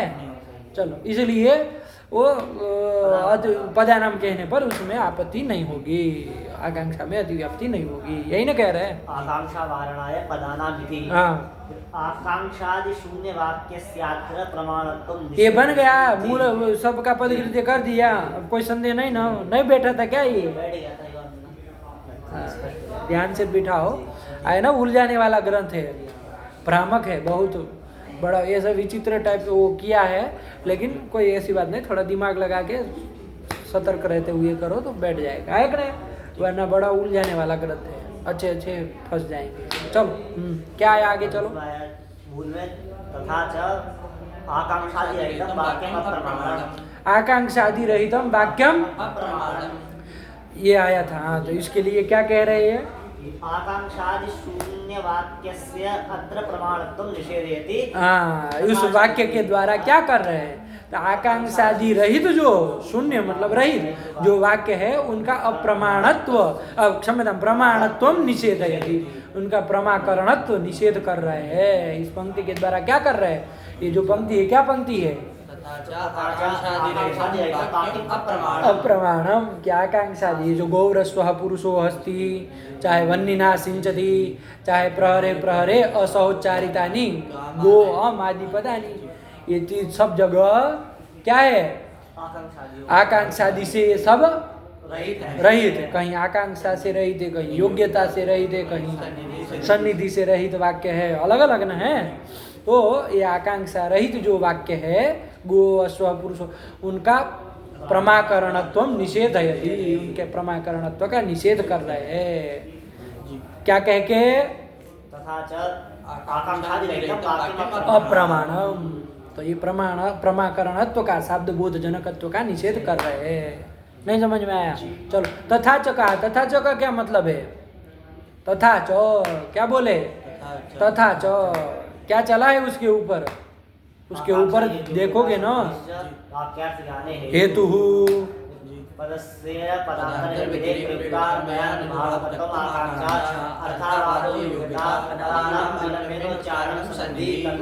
तथा च तो वहां लगाएंगे ना। अरे पहले क्या कहा? आकांक्षा योग्यता सन्निधिश्च वाक्यार्थ ज्ञाने हेतु। तथा च चूंकि वो हेतु है ना, आकांक्षादि वाक्यार्थ ज्ञान में हेतु है, इसलिए आकांक्षादि से रहित जो वाक्य होगा वो शब्द बोध का जनक नहीं होगा, प्रमाकरण नहीं होगा। तथा च का मतलब लगा कि नहीं लगा? तथा च मतलब इनके कारण होने के कारण, शब्द बोध के ये कौन? आकांक्षादि कारण होने के कारण आया कि नहीं? हेतु होने के कारण बोध के जनक नहीं होंगे, प्रमा के कारण नहीं होंगे। समझे कि नहीं समझे? तो तथा च का लगा कि नहीं लगा? यदि ये कारण नहीं होते तो आप नहीं ना कह पाते, तब नहीं ना निषेध कर पाते। ये चूंकि कारण है बोध के ले, ये कारण है मतलब जहाँ ये आकांक्षादि ना हो, वो जो वाक्य हो वो शब्द क्रम से बोलो। चूंकि आकांक्षादि जो है ये के प्रति कारण है, इसलिए आकांक्षादि से रहित वाक्य जो है वो के प्रति कारण नहीं होगा, जो आकांक्षा शब्द बोध का जनक नहीं होगा। बगलोल समझ आए? ऐसी भाषा बोलो। प्रमाकरण नहीं होगा। आया कि नहीं आया? प्रमाण नहीं होगा, अप्रमाण। चलो भाई पढ़ो। आकांक्षादिकम शब्द हेतु इत्युक्ते च इत्यर्थः। तथा च का अर्थ लगाए और कुछ नहीं किए। अरे तथा आपने क्या मूल वाक्य था? ध्यान से देखो। तथा च क्या मतलब इसका? क्या मतलब? कि आकांक्षादि शब्द बोध में हेतु है, इसलिए आकांक्षादि से शून्य जो वाक्य होंगे गौरस्वादि वो प्रमाण नहीं है। तथा च का तो लिख रहे तथा च आकांक्षादिकम शब्द हेतु इत्युक्ते चेत्यर्थः। ये चूंकि हमने पहले कह दिया, आकांक्षादिकम शब्द बोधे हेतु, आकांक्षादि आदि से योग्यता सन्निधि ये शब्द बोध में हेतु है, ऐसा चूंकि हम पहले कह चुके, इसलिए आकांक्षा से रहित यदि कोई वाक्य होगा तो वो प्रमाण नहीं होगा, शब्द बोध का जनक नहीं होगा। समझे? यही कह रहे और क्या है? चलो। आकांक्षादिकम शब्द हेतु इत्युक्ते चेत्यर्थः। इति उक्ते च, ये तथा च का मतलब है। हाँ, फिर आकांक्षाद्युदाहरणम दर्शयति यथेति। आकांक्षाद्युदाहरणम, आकांक्षादि उदाहरणम दर्शयति क्या है? यथा यथा गौरस्वः पुरुषो। ये आकांक्षा का थोड़ी ना उदाहरण है भाई, क्या लिखा है? आकांक्षादि उदाहरणम दर्शयति। आकांक्षादि उदाहरणम, आकांक्षा का थोड़ी ना उदाहरण है। अरे आकांक्षा राहित्य का ना उदाहरण है, उल्टा कह रहे हैं। अनाकांक्षा बना लो वहां पर, अनाकांक्षा उदाहरणम दर्श, ये ना कहना चाहिए। अरे आकांक्षा का थोड़ी ना उदाहरण है वो, साइड में बनाना है, काट पीट नहीं करना है, हल्के से पेंसिल से खाली बना लो, ग्रंथ को काटो नहीं, इतना वो मत करो। आया कि नहीं आया? ग्रंथ को जल्दी नहीं छेड़ना चाहिए, समझ के विचार करके। लेकिन आप देखो ना ध्यान से, आकांक्षादि का उदाहरण थोड़ी ना दे रहे हैं, अनाकांक्षा का मतलब आकांक्षा रहित का न उदाहरण दे रहे हैं कि हाँ आकांक्षा का विरह है, यहाँ योग्यता का विरह है। तो आकांक्षा का उदाहरण थोड़ी ना दे रहे, अनाकांक्षाद्युदाहरणम दर्शयति ऐसे कहना चाहिए। चलो कोई बात नहीं, समझ के रखना, ठीक हुआ। पढ़ो पढ़ो। आकांक्षाद्युदाहरणम दर्शयति यथेति। यथेति, बस इतना ही। और आगे हो गया पदकृत्य। वाक्यम द्विविधम का। हाँ, वाक्यम द्विविधम का चलो भैया। वाक्यम द्विविधम वैदिकम हाँ पढ़ लो, लौकिकम मूल पढ़ लो। च। आगे है ना, मूल भी चला लिए थे, न्यायबोधिनी भी हो गई थी, नहीं आया क्या? बोले बोलो जरा, वाक्यम द्विविधम मूल पढ़ लो एक बार। वाक्यम द्विविधम वैदिकम लौकिकम च। वैदिकम ईश्वरोक्तत्वात् सर्वमेवं प्रमाणम, लौकिकम तु आप्तोक्तम प्रमाणम, अन्यत् अप्रमाणम। ये सब मूल बता दिए, कोई दिक्कत नहीं ना है। न्यायबोधिनी भी हो गई। हाँ वाक्यार्थ ज्ञानम शाब्द ज्ञानम तत्करणम शब्दः। हाँ, ये भी बता दिए लास्ट में कि वाक्यार्थ ज्ञान क्या है, शब्द बोध है। चलो, तत्करणम शब्द, इसी के साथ मूल का शब्द खंड हो गया, न्यायबोधिनी भी हो गई। चलो अब तो क्या बचा, हो तो गया। करना है इसका, नहीं करे तो कर लिए, तो फिर आगे चलो। पदकृत्य नहीं हुआ था। नहीं हुआ था तो आप लोगों को देखने के लिए कहे ना, हम देखे नहीं। साधु चलो क्या है, बोलो। ननु एतावता शाब्द सामग्री प्रपंचिता। हाँ, ननु एतावता शब्द सामग्री प्रपंचिता, यहाँ तक कि इसके पहले के मूल ग्रंथ के द्वारा, है ना, क्या किया, शब्द बोध की सामग्री बताएगी, ये कारण है। आप तो वाक्यम शब्द ये, फिर उसी को समझाने के लिए मूल ग्रंथ और भी आया। आप तो क्या है, वाक्य क्या है, वाक्य को समझाने के लिए फिर उसका लक्षण, फिर उसमें पद आया तो पद, यही ना सब किए। फिर शब्द बोध में आकांक्षा योग्यता सन्निधि, ये भी कारण, ये भी बताया। तो शब्द बोध की सामग्री यानी कारण ही अभी तक प्रपंचित किया, यही ना क्या हुआ। इसके पूर्व के ग्रंथ के द्वारा वाक्यम द्विविधम भी किया, तो ये तो वाक्य का ही ना द्वैविध्य बताया जा रहा है। तो शब्द बोध की सामग्री का ही निरूपण किया, शब्द बोध का निरूपण नहीं किया। किया क्या? अभी तक शब्द बोध क्या है नहीं बताया ग्रंथकार, है ना। वाक्यम द्विविधम वैदिकम लौकिकम च, वैदिकम ईश्वरोक्तत्वात् सर्वमेव प्रमाणम, लौकिकम तो आप्तोक्तम प्रमाणम, अन्यद प्रमाणम, यहाँ तक के ग्रंथ के द्वारा, आप तो वाक्यम शब्दों से लेके यहाँ तक के ग्रंथ के द्वारा क्या किया गया है, शब्द बोध की सामग्री का ही निरूपण हुआ विस्तार से। आया कि नहीं आया? इसी का नो शब्द बोध क्या है, इसको तो बताया ही नहीं है शब्द बोध क्या है। आया कि नहीं आया? वही कुछ कहना चाह रहे हैं, ननु करके पढ़ो। ननु एतावता शब्द सामग्री प्रपंचिता, प्रमा विभाजक वाक्ये शाब्दस्यापि उद्दिष्टत्वेन तत्कुतो न प्रदर्शितम्। अरे प्रमा विभाजक जो वाक्य था, यथार्थानुभव का जो चातुर्विद्य बताया था, प्रमा का जो चातुर्विद्य बताया था, क्या 4 प्रकार की बताई थी? अनुमिति से तो चालू करेंगे पंडित जी, तो फिर हो चुका काम। प्रत्यक्ष, अनुमिति, उपमिति और शाब्द। तो इसमें शब्द भी आया था ना प्रमा विभाजक वाक्य में। उद्देश्य जो किए थे, वस्तु नाम मात्रेण वस्तु संकीर्तन, तो उसमें शब्द भी तो आया था, उसको तो आप बताए ही नहीं अभी तक। यहाँ तक के पूरे ग्रंथ के द्वारा क्या बताते रहे? शब्द की सामग्री, शब्द के कारण को बता रहे, कारण का ही निरूपण किया, कारण का ही निरूपण किया, शब्द का निरूपण नहीं किया है। तो उसको भी तो बताइए बाबा, उसका भी तो नाम लिया गया, उसको भी तो स्पष्ट करिए कि शब्द बोध है क्या। इसीलिए अब बता रहे हैं कि शब्द वाक्यार्थ ज्ञानम शब्द बोध, इस ग्रंथ के द्वारा अब ये क्यों बना, उसकी भूमिका बना रहे पदकृत्य का, जो मूल में लिखा ना शब्द बोध, क्या लिखा है? हाँ, तो ये शब्द ज्ञान क्या है? तो वाक्यार्थ ज्ञान ही शब्द ज्ञान है। ये जो यहाँ ग्रंथ आया तो क्यों लिखे आचार्य? क्योंकि इसके पहले तक आचार्य ने क्या किया था, उसके किसके तो निरूपण किया था, शब्द बोध का तो निरूपण किया ही नहीं था। तो अब शब्द बोध का भी अंतिम में निरूपण कर दे रहे हैं छोटे से, कि शब्द बोध, शब्द ज्ञान, शब्द प्रमा है क्या? तो वाक्यार्थ ज्ञान ही शब्द ज्ञान है, और कुछ नहीं है। आया कि नहीं आया? पढ़ो पढ़ो।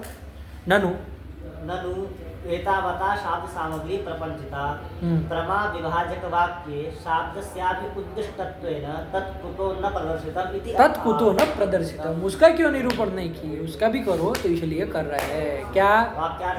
देखो उसी का न बनाया, उसी की भूमिका बना दी, है ना। अरे इसको अब लास्ट में जाके क्यों कह रहे हैं? क्योंकि उसका निरूपण अभी तक हुआ ही नहीं था, इसलिए अब बता रहे हैं। ठीक हुआ, चलिए। वाक्यार्थ ज्ञानम शाब्द ज्ञानम, तो ये शाब्द जो ज्ञान जो नाम लिया था प्रमा में, उस शाब्द ज्ञान है क्या? वाक्यार्थ ज्ञान है, वही शाब्द ज्ञान। पदार्थ ज्ञान नहीं बाबू, वाक्यार्थ ज्ञानम शाब्द ज्ञानम, ध्यान से है ना, ब्रह्मत वाला। पदार्थ ज्ञान पदार्थोपस्थिति होती, वो तो स्मरणात्मक पदार्थ ज्ञान है कि नहीं? पदार्थ ज्ञानम न शाब्द बोधा, वो शब्द ब्रह्म। अरे पद ज्ञान के पश्चात जो आप बोलते हैं ना, पद ज्ञान के पश्चात क्या होती है? उपस्थिति होती है, मतलब पदार्थ का ज्ञान होता है, स्मरणात्मक ज्ञान होता है, यही ना है स्मरण। तो वो शब्द बोध नहीं है, वाक्यार्थ ज्ञान जो फिर होगा उसके बाद परस्पर संसर्गावगाही ज्ञान है। आया कि नहीं आया? पदार्थों का जो परस्पर में संसर्ग विषय का जो ज्ञान है वो वाक्यार्थ ज्ञान है, वही शब्द बोध है। ये जो पदार्थ ज्ञान बीच में हो रहा है वो तो व्यापार है, वो शब्द बोध, वो शब्द ब्रह्म नहीं है। अंतर समझ में आया? हाँ, चलो चलो। वाक्यार्थ है कि शाब्द पंच शब्दात प्रत्यय इति अनुभव सिद्धा जाति। हाँ, ये शब्द में रहने वाली शब्दत्व, ये जो जाति है, तो वो प्रत्यक्ष अनुभव सिद्धा क्या? शब्दात प्रत्यय। हाँ, ये शब्दात प्रत्यय, ये हम लोगों का अनुभव होता है ना, कि आपने हमको का शब्दात प्रत्यय, ये हम लोग अनुभव करते हैं कि नहीं करते? कि शब्द से प्रत्यय, प्रत्यय मतलब जाना मी। अरे प्रतिपूर्वक इणगतो धातु है, इणगतो का एमी बनता है ना, एति इतः यंती, एसी इथः इथ, एमी, तो वही एमी है। और प्रति उपसर्ग एमी तो मतलब इणगतो धातु गति अर्थ में है, जाने अर्थ में होगा। एति मतलब गच्छति, लेकिन प्रति उपसर्ग जुड़ जाता है, प्रत्येति मतलब जानाति। प्रति उपसर्ग जुड़ने से वो अर्थ में आ जाता है ना, वही प्रत्ययमी किया। तो प्रत्ययमी मतलब जानामि, शब्दात प्रत्ययमी, शब्दात जानामि। ये हम लोगों का अनुभव है कि नहीं है? हम लोग अनुभव करते, अरे आपने हमको शब्द कहा, इसलिए शब्द से, इससे हमने जाना। तो एक विलक्षण ज्ञान है, शब्द से होने वाला ज्ञान है ना। चूंकि ऐसा हम लोगों को अनुभव है कि मैंने शब्द से जाना, आँख से किसी इंद्रिय से नहीं जाना है, प्रत्यक्ष ज्ञान नहीं है ये जो है ना। आपने हमको घटम आनय कहा और हमने घट कर्मकम आनयनम कार्य में जो हमको ज्ञान हुआ, तो इसको प्रत्यक्ष प्रत्यक्ष मत समझ लेना। ये किससे हुआ है? यदि इंद्रिय से नहीं हुआ है, क्योंकि हम लोगों का क्या अनुभव है? शब्दात प्रत्यय है, ये शब्द से मैंने ये चीज जानी, न कि इंद्रियों से जाना। आया कि नहीं आया? तो ये शब्दात प्रत्यय, शब्द से मैं जान रहा हूँ। लोग हम व्यवहार करते कि नहीं करते? अब हम ये कह देते कि आपने कहा तो हमने जाना, आपके कहने से हमको पता चला, नहीं कह देते? तो इसका मतलब ये शब्द से होने वाला ये ज्ञान है। ये शब्द ज्ञान जो है शब्द से, शब्दात जायमान बोध ज्ञानम शब्द। आया कि नहीं आया? शब्दात जायमानो बोध शब्द बोध, कहते कि नहीं कहते? शब्द से होने वाला ये ज्ञान है, ये हम लोगों का प्रत्यक्ष अनुभव है। ये शब्दात प्रत्ययी है ना, तो ये प्रत्यक्ष अनुभव सिद्धा ये शब्दत्व जाती है। शब्द में रहने वाली शब्दत्व जाती है, तो प्रत्यक्ष सिद्ध है। आया कि नहीं? प्रत्यक्ष क्या है? तो शब्दात प्रत्ययी। चलो, शब्द पंच शब्दात प्रत्ययी इति अनुभव सिद्धा जाति। ये जो हमारा अनुभव है, क्या अनुभव है हम सबों का? शब्दात प्रत्ययी, शब्दात जानामि। आपने हमको कहा इसलिए मैं जान रहा हूँ, ये अनुभव है कि नहीं? इस अनुभव में क्या हो रहा है? ये अनुभव किम विषय? शब्द ज्ञान विषय है कि नहीं है? शब्द ज्ञान विषय, शब्द से होने वाले ज्ञान को ये विषय कर रहा है कि नहीं कर रहा है? ये जो प्रत्यक्ष अनुभव है कि मैं शब्द से जान रहा हूँ, ऐसा हमको ये ज्ञान तो प्रत्यक्ष ज्ञान है।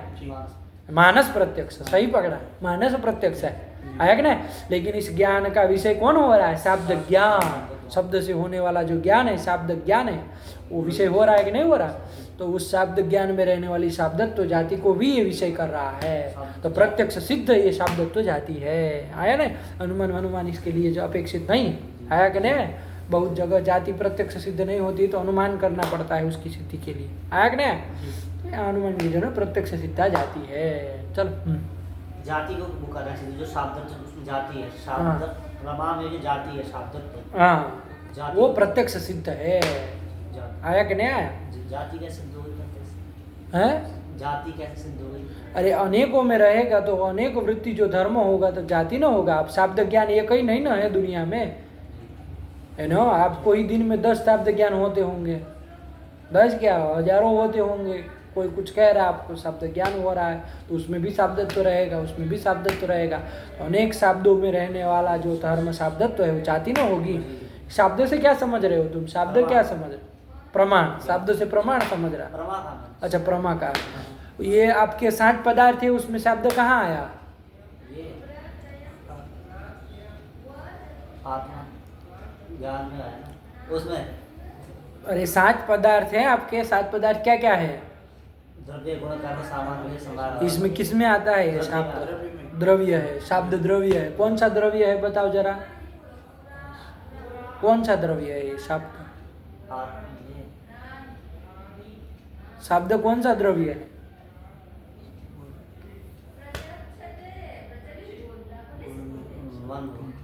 मन है। शब्द मतलब शब्द मन है। आत्मा है। आत्मा में रहता अरे बगलोल शब्द तो आत्मा में रहेगा ना। आत्मा थोड़ी ना है वो कि द्रव्य कह दी, आत्मा स्वरूप कह दी। अरे शब्द ज्ञान जो है वो शब्द जो है वो आत्मा में रहेगा, है कि नहीं है? वो आत्मा थोड़ी ना है। वेदांती होगा तुम तो आत्मा थोड़ी ना हुआ। क्या पदार्थ है? 7 में से कौन सा पदार्थ है? अरे भाई द्रव्य है। द्रव्य है कह रहा है बकलोल। कौन सा द्रव्य है? कौन नहीं द्रव्य है तो कौन सा द्रव्य है बताओ ना हमको। द्रव्य कौन कौन है बोलो जरा। पृथ्वी जल तेज वायु आकाश वायु आत्मा मन। इसमें कौन शब्द कौन सा द्रव्य है? हैं? शब्द ज्ञान जो आपका है, शब्द प्रमा जो है वो कौन सा द्रव्य है? तब फिर क्या है? लड़का बोला क्या है? गुण है। कौन सा गुण है? 24 न गुण है। हाँ सही पकड़ लिया लड़का। अरे बुद्धि के ही तो बकलोल भेद प्रभेद कर रहे थे। बुद्धि 2 प्रकार की, ज्ञान 2 प्रकार का, स्मृति और अनुभव। उसमें अनुभव 2 प्रकार का, यथार्थ अनुभव, अयथार्थ अनुभव। यथार्थ अनुभव 4 प्रकार का, जिसके अंतर्गत शब्द आया। तो अब शब्द क्या है? तो पूरा शब्द पढ़ लिए, पूछे शब्द क्या है तो कहे द्रव्य है। अरे भाई क्या पढ़े तुम बकलोल है? गुण है। आया कि नहीं? शब्द क्या है? अरे ज्ञान ना है बाबा तो गुण न हुआ। तब फिर ये गुण है और उसमें रहने वाला जो ये शब्दत्व है ये जाति है। आया कि नहीं? चलिए। और वो शब्दत्व जाति प्रत्यक्ष सिद्ध है। आया कि नहीं? शब्द पंच शब्दात् प्रत्ययनी इति अनुभव सिद्धा जाति। और शब्द बोध क्रमो यथा। शब्द बोध क्रमो यथा। क्या आ रहा है? चैत्रो ग्रामं गच्छति इत्यत्र ग्राम कर्मक गमनानुकूल वर्तमान कृतिमाश्चैत्र इति शाब्द बोध। अच्छा ये क्या कह के चालू किया इन्होंने? शाब्द बोध क्रमो यथा। अच्छा शाब्द बोध का क्रम। तो शाब्द बोध का क्रम मतलब वो उत्पत्ति का क्रम नहीं बता रहे। समझना बात को। परस्पर में अन्वय पदार्थों का कैसे होता है क्या बता रहे हैं? आगे बोलो तो। उत्पत्ति का वो पदार्थ ज्ञान होगा पदार्थोपस्थिति, इस तरह से नहीं ना बता रहे हैं। शाब्द बोध का क्रम मतलब किस तरह से परस्पर में पदार्थ जुड़ते हैं और शब्द बोध होता है ये बता रहे। समझे? हाँ। चैत्रो ग्रामं गच्छति इत्यत्र ग्राम कर्मक गमनानुकूल वर्तमान कृतिमाश्चैत्र इति शाब्द बोध। चैत्रः ग्रामं गच्छति। चैत्र गांव को जा रहा है। तो इस वाक्य से है ना क्या शब्द बोध होगा? तो शब्द बोध लिख दिए। क्या हो रहा है? ग्राम कर्मक गमनानुकूल वर्तमान कृतिमाश्चैत्र इति शब्द ये ग्राम कर्मक जो गमन। अरे कर्म कौन है? चैत्र ग्रामम गच्छति में कर्म कौन है? ग्राम। तो ग्राम है कर्म जिसका, ऐसे जो गमन, ऐसा जो गमन। तो ग्राम कर्मक गमन हुआ कि नहीं हुआ? फिर गमन के बाद क्या बोल रहे हैं? गमनानुकूल वर्तमान। गमनानुकूल गमन का जनक जो कृति वहां ले जा रहे हैं। आगे कृति आ रहा है। गमनानुकूल जो कृति है ना वो कृति भी वर्तमान कालिक कृति, भूतकालिक नहीं गच्छति का है ना। तो ती के द्वारा वर्तमान अर्थ भी आएगा, वर्तमान काल अर्थ भी आएगा, कृति अर्थ भी आएगा। तो वो कृति में वर्तमान काल जो है अन्वित होगा तो वर्तमान कालिक कृति आया कि नहीं? और उस कृति में वो गमन भी जाएगा। धात्वर्थ जो गमन है वो भी कृति में जाएगा। किस संबंध से जाएगा? अनुकूलत्व संबंध है न। आया कि नहीं? तो गमनानुकूल कृति वो किम कालिक? वर्तमान कालिक कृति। और वो कृति वाला कौन होगा? कृति मतलब प्रयत्न। प्रयत्न वाला कौन होगा? चैत्र कर्ता होगा। अरे कृतिमान कौन होता है? कर्ता होता है। तो कृतिमान चैत्र ये बोध हो जाएगा। चलो नहीं आया क्या? अरे पढ़ो, चैत्र ग्रामम गच्छति, इस वाक्य से क्या शब्द बोध होगा? ग्राम कर्मक गमनानुकूल वर्तमान कृतिमाश चैत्र इति शाब्द बोधः। हुआ ना शब्द बोध, उससे ये शब्द बोध होगा। आया कि नहीं आया? ठीक है ना? इसको समझना पड़ेगा। इसको ऐसे 2 मिनट का काम थोड़ी ना है। अरे इसको किस तरह से कौन किस पद का क्या अर्थ है, आया कि नहीं? थोड़ा बहुत ये बताएंगे भी किस पद का क्या अर्थ है। देखो आगे लिखा होगा किसका क्या अर्थ है। द्वितीयायाः कर्मत्वम् अर्थः। देखो बता रहे अब। चैत्र ग्रामम गच्छति वाक्य है ना? इसमें बहुत सारे पद है ना? कौन कौन पद है बोलो? सु, ग्राम, अम, गच्छति में गम और ती, इतने सारे पद है। किस पद का क्या अर्थ है पहले ये जाने, है कि नहीं? तो अब देखो किस किस का पद का बता रहा है। द्वितीया का। द्वितीया जो है, द्वितीया कौन है? ग्राम के बाद जो है तो हम बोलो ना। अब उसके अलावा कौन? तो 3 ठो हम थोड़ी ना है कि बोलना पड़ेगी ग्राम के बाद का। अरे अम, द्वितीया कौन है? अम, ग्राम पदोत्तर अम। जो अम है उस द्वितीया का क्या अर्थ बता रहे हैं? कर्मत्वम अर्थ। आया कि नहीं? वैयाकरण लोग कहेंगे कर्म अर्थ, कर्मणि द्वितीया। क्या कहेंगे वो? तो कर्मणि द्वितीया, कर्म द्वितीया का क्या कर्म अर्थ है। लेकिन ये कहेगा कर्म नहीं, कर्मत्वम अर्थ। आया कि नहीं?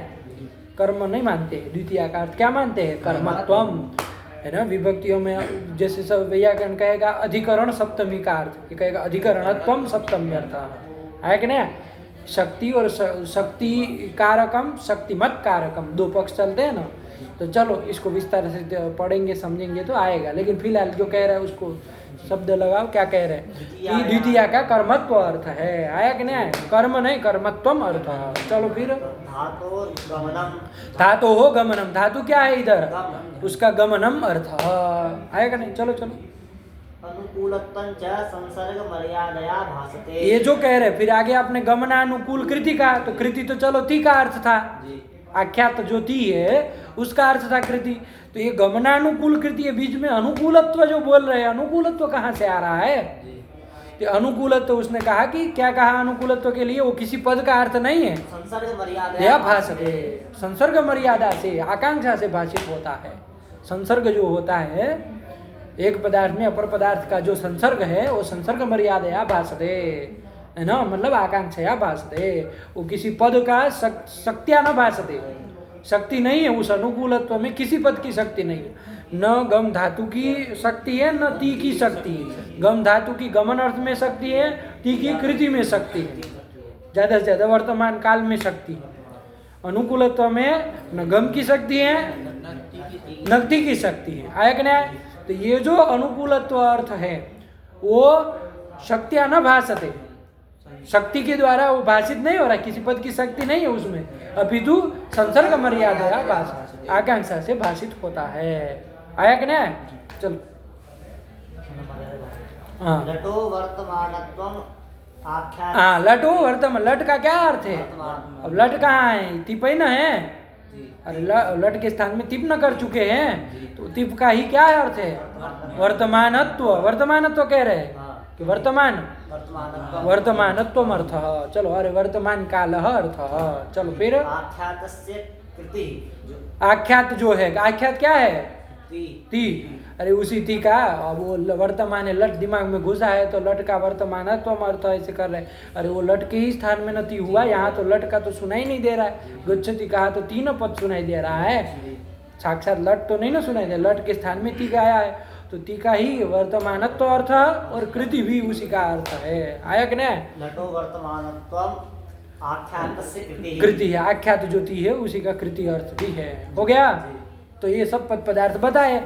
अब ये पद पदार्थ परस्पर में जुड़ेंगे, है ना? अरे एक पदार्थ दूसरे पदार्थ में अन्वित होगा तो किसी संबंध से न अन्वित होगा, है ना? तो वो सब जोड़ करके जो अंततोगत शब्द बोध होगा वो शब्द बोध का आकार ऊपर लिख दिया। क्या लिख दिया? ग्राम कर्मक गमनानुकूल वर्तमान कृतिमाश चैत्र। ये शब्द बोध होगा। अब यहाँ पर आपको समझना पड़ेगा बाबू कि जैसे इन्होंने कहा ग्रामम था, तो ग्राम का अर्थ तो चलो गांव होता है, जान रहे। द्वितीय का अर्थ कर्मत्व बताया, तो अब उस गांव का उस कर्मत्व में अर्थ में गांव पदार्थ ग्राम पदार्थ का कर्मत्व में किस संबंध से अन्वय होगा भैया, है कि नहीं है। फिर वो कर्मत्व का आगे जो धातुअर्थ धातु का अर्थ गमन है उसमें किस संबंध से जाएगा। गमन का तो चलो ना कृति में अनुकूलत्व संबंध देना बता दिए, इतना तो बोल दिए संसर्ग मर्यादा भाषा है तो अनुकूलत्व संबंध देना होगा। फिर वर्तमानत्व जो है वो भी कृति में अन्वित हो रहा है, किस संबंध से अन्वित होगा। फिर वो कृति जो है वो चैत्रकर्ता में अन्वित होगी, किस संबंध से होगी। ये सब पदार्थ समझना पड़ेगा ना बाबू। हमारे अभी बोल भी देंगे हम तो कुछ ऐसे पल्ले नहीं पड़ेगा। हम कह दे चलो आपको गांव जो है वो कर्मत्व में निष्ठत्व संबंध देना जाएगा, कर्मत्व जो है वो गमन में जाएगा, गमन अनुकूलत्व संबंध देना कृति में जाएगा, है ना। और काल जो वर्तमान काल है वो आधेयत्व संबंध देना कृति में जाएगा, कृति जो है वो समवाय संबंध देना चैत्र में अन्वित हो जाएगी। बोल दिए चलो, नहीं रहेगा, समझना पड़ेगा इसको धीरे धीरे, समय लगेगा, 2 मिनट का काम नहीं। अभी खाली पंक्ति बिठा लो, शब्दार्थ जान लो, इसको विस्तार से यदि आप लोग चाहे तो अभी हम लोग थोड़ा 1-2 दिन ले करके एक शब्दबोध कैसे होता है उसकी प्रक्रिया थोड़ी समझे और बहुत उपकारक होगा सभी ग्रंथों के लिए आपको भी, है ना। तो यदि चाहेंगे तो उसको 2 दिन पहले वो वैसे पंक्ति सह तो नहीं आएगा लेकिन एक समझने के लिए शब्दबोध की प्रक्रिया समझी जाए न्याय के अनुसार, नैयायिकों के अभिप्राय से शब्दबोध कैसे होता है ना, किया जाए कि रहने दे मूल चले। यदि करना है तो उसको ये पहले अभी कर लो, शब्दार्थ इसके समझ लो क्या कह रहे हैं, खाली पंक्ति अर्थ लगा लो, फिर उसको विस्तार से देखते हैं कैसे परस्पर में पदार्थों का अन्वय होता है ना। तो चलिए करते हैं उसको, किया जाए। 1-2 दिन लगेंगे लेकिन हो जाएगा। और एक बार यदि समझ लिए ना अच्छे से, सभी शास्त्रों में उपकार देगा, कहीं भी शब्दबोध की प्रक्रिया में दिक्कत नहीं होगा। 2-3 दिन थोड़ा मेहनत कर लेंगे तो हो जाएगा। आया कि नहीं। चलिए तो उसको करते हैं। अभी ये पंक्ति इनकी लगाओ, बिठा लो क्या कह रहे हैं, ठीक है ना। चलो, और वो अच्छे से जब समझ लेंगे ना तभी ये समझ में आएगा, वरना अभी खाली शब्दार्थ ही आएगा। आया कि नहीं आया। वाक्यार्थ ज्ञान इस पंक्ति होगा नहीं ना होगा। पदार्थ उपस्थिति तो हम करा दे रहे, इसका ये मतलब वाक्यार्थ ज्ञान शब्दबोध नहीं होने वाला इन्हों। आया कि नहीं। उसको जब समझेंगे तो आ जाएगा, कोई कठिन बात नहीं। चलो क्या कह रहे फिलहाल पढ़ लो तो बना ये लटो वर्तमानत्वम पाठ्यार्थस्य कृते। हाँ बता दिया ना उसका ये अर्थ है। फिर आगे तत्संबंधः संसर्ग मर्यादया भासते। तत्संबंध ये लिख रहे हैं, क्या लिखे। तत्संबंधः हाँ, ये नहीं एक पदार्थ का अपर पदार्थ में जो संबंध होगा वो कोई शक्ति भाष्य नहीं है। किसी पद के संबंध जो बीचवर्ती मध्यवर्ती जो संसर्ग आता है वो किसी पद का अर्थ नहीं होता है कि नहीं है। वो संसर्ग मर्यादा से भाषित होता है, शक्ति से भाषित। संसर्ग मर्यादा से मतलब आकांक्षा से भाषित होता है। आया कि नहीं। जैसे नीलो घटः कहा, क्या कहा, नीलो घटः कहा, तो हाँ नीला भिन्नो घटः बोध होता है कि नहीं होता है। यहाँ जो नील का और घट का जो संसर्ग है कौन, अभेद, वो अभेद संसर्ग मर्यादा से भाषित होता है। शक्तियाँ भाषित, न नील पद की अभेद में शक्ति है न घट पद की। अरे घट पद की तो घट में न शक्ति है, नील पद की नील में शक्ति है। अभेद को कौन बता रहा है भाई, तो संसर्ग मर्यादा भाषते, है ना। संसर्ग मर्यादा से यानी कि आकांक्षा से भाषित होता है। आया कि नहीं। चल तत्संबंधः संसर्ग मर्यादया भासते। तत्संसर्ग मतलब इन पदार्थों का जो संसर्ग है परस्पर में वो संसर्ग मर्यादा से भाषित होता है। चलिए ये मीमांसक आदि है ना, कोई वो कहते शक्त्यापासत है, शक्ति से ही वो उसकी शक्ति ही मान लेते। नीलो घटा है वो कहेंगे अभेद में नील पद की शक्ति, नीलान्विते घटे घट पदस्य शक्ति, इतरान्विते घटे शक्ति, अन्वित घट में शक्ति मानते। शुद्ध घट पद की घट में शक्ति नहीं मानते। अन्विते घटे शक्ति, अन्वित मतलब संबंधित घट में। अब किससे संबंधित हो तो दूसरा पद आएगा तभी पता चलेगा किससे संबंधित। लेकिन अन्वित कहने से संबंधित, तो संबंधन भी आ गया कि नहीं, तो संबंध में भी शक्ति मान लेते हैं। इस तरह से करते आया कि नहीं।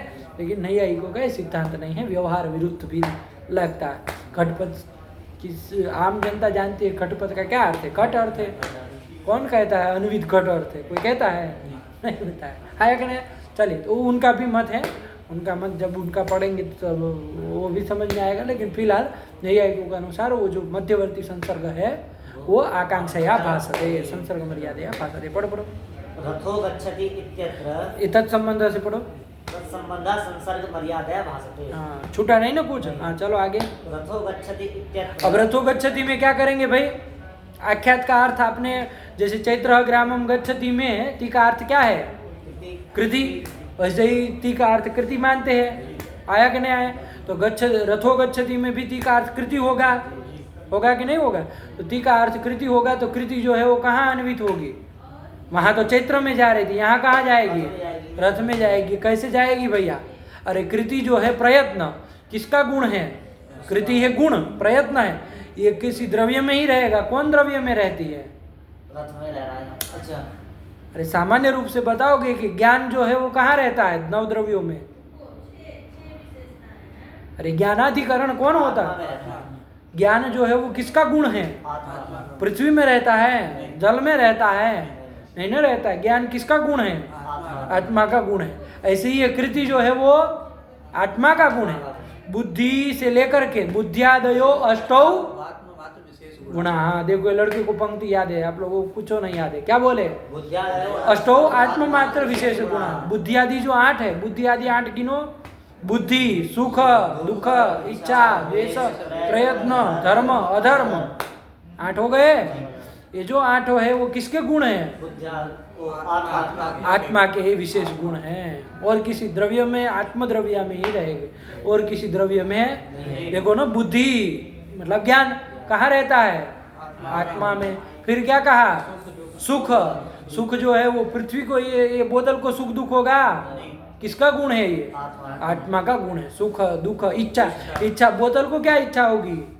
अरे आत्मा में इच्छा रहती है ना, तो ये सब आत्मा के गुण है। इच्छा, फिर द्वेष, इस आत्मा का गुण है। फिर प्रयत्न यानी कृति, किसका गुण है? आत्मा का। आया समझ में? फिर धर्म, अधर्म। धर्म मतलब धर्म मतलब पुण्य, अधर्म मतलब पाप। ये किसके गुण है? आत्मा के गुण है। पृथ्वी, जल, तेज, वायु, आकाश, काल, दिक, मन के गुण नहीं है। किसके गुण है? आत्मा मात्र पद दिया, आत्मा के ही ये विशेष गुण है। समझ में आया?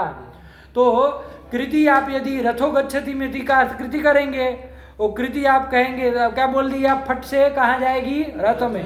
रथ में कैसे जाएगी कृति? कृति किसका गुण है? अन्वय हो पाएगा? नहीं हो पाएगा। इसलिए कहते हैं कि रथो गच्छति में ती का हम कृति अर्थ नहीं करेंगे, अभी तो व्यापार अर्थ करेंगे। क्या अर्थ करेंगे? तो गमनानुकूल कृति नहीं, व्यापार। व्यापार मतलब क्रिया। क्रिया तो रह सकती है, क्रिया तो पृथ्वी आदि में भी रहे, वो थोड़ी ना वो पृथ्वी आदि में रहेगी क्रिया। तो रथ में क्रिया रह जाएगी, व्यापार रहे, लेकिन कृति नहीं ना रह पाएगी। तो रथो गच्छति में ती का कृति अर्थ न करके क्या अर्थ करते हैं? तो कर लो, गमनानुकूल जो व्यापार, तादृश व्यापारवान रथ, ये बोध हो जाएगा। समझे? वहाँ कृतिमान रथ अनर्थ हो जाएगा। कृति तो कैसे कृतिमान रथ होगा? रथ जड़ पदार्थ, उसमें कैसे कृति, प्रयत्न कैसे रहेगा? सीधे सीधे समझो, प्रयत्न रथ में रह सकता है क्या? नहीं न रह सकता है। आत्मा में न रहेगा, चेतन उसमें न रहेगा। चलो हाँ, वही कह रहे, पढ़ो। रथो गच्छति इत्यत्र गमनानुकूल व्यापारवान रथ इति शाब्द बोधो जायते। हाँ देखो, कर दिया ना, गमनानुकूल कृतिमान न है, गमनानुकूल व्यापारवान चैत्र इति बोधो जायते। क्यों ये सब कर दिया? क्यों भैया? ती का अर्थ, आख्यात का अर्थ कृति होता है ना, क्यों व्यापार कर दिए?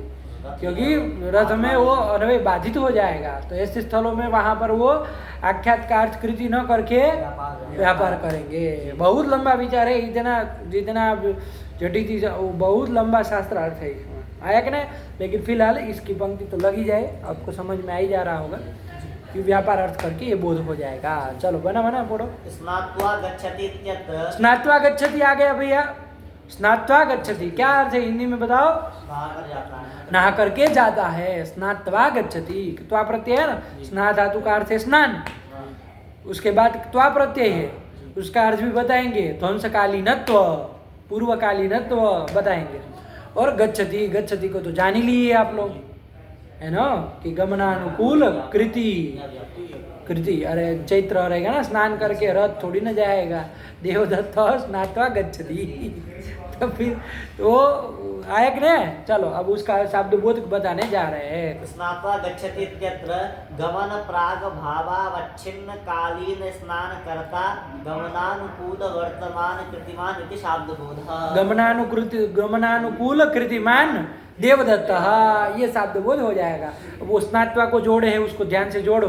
ये गच्छति देवदत्त हमें तो आ ही गया समझ में, नहीं ना कोई दिक्कत है। इस नात्वा को जो जोड़े वो त्वा का क्या अर्थ है देखो, आगे लिख भी दिए होंगे, पढ़ लो एक बार। गमन प्राग भावावच्छिन्न कालीन स्नान कर्ता गमनानुकूल वर्तमान कृतिमान इति शाब्दबोधः। आगे त्वा बढ़ो। प्रत्ययस्य कर्ता पूर्वकालीनत्वं चार्थः, पूर्वकालीनत्वं चार्थः। त्वा प्रत्यय का दो अर्थ बोल रहे हैं। त्वा प्रत्ययस्य कर्ता पूर्वकालीनत्वं च अर्थः। हाँ, त्वा प्रत्यय का कर्ता अर्थ भी किया, कर्ता भी किया ना, और पूर्वकालीनत्व, ध्वंसकालीनत्व भी बहुत जगह आ जाता है। चलो इनके जो कह रहे हैं अभी भाई बिठा लो।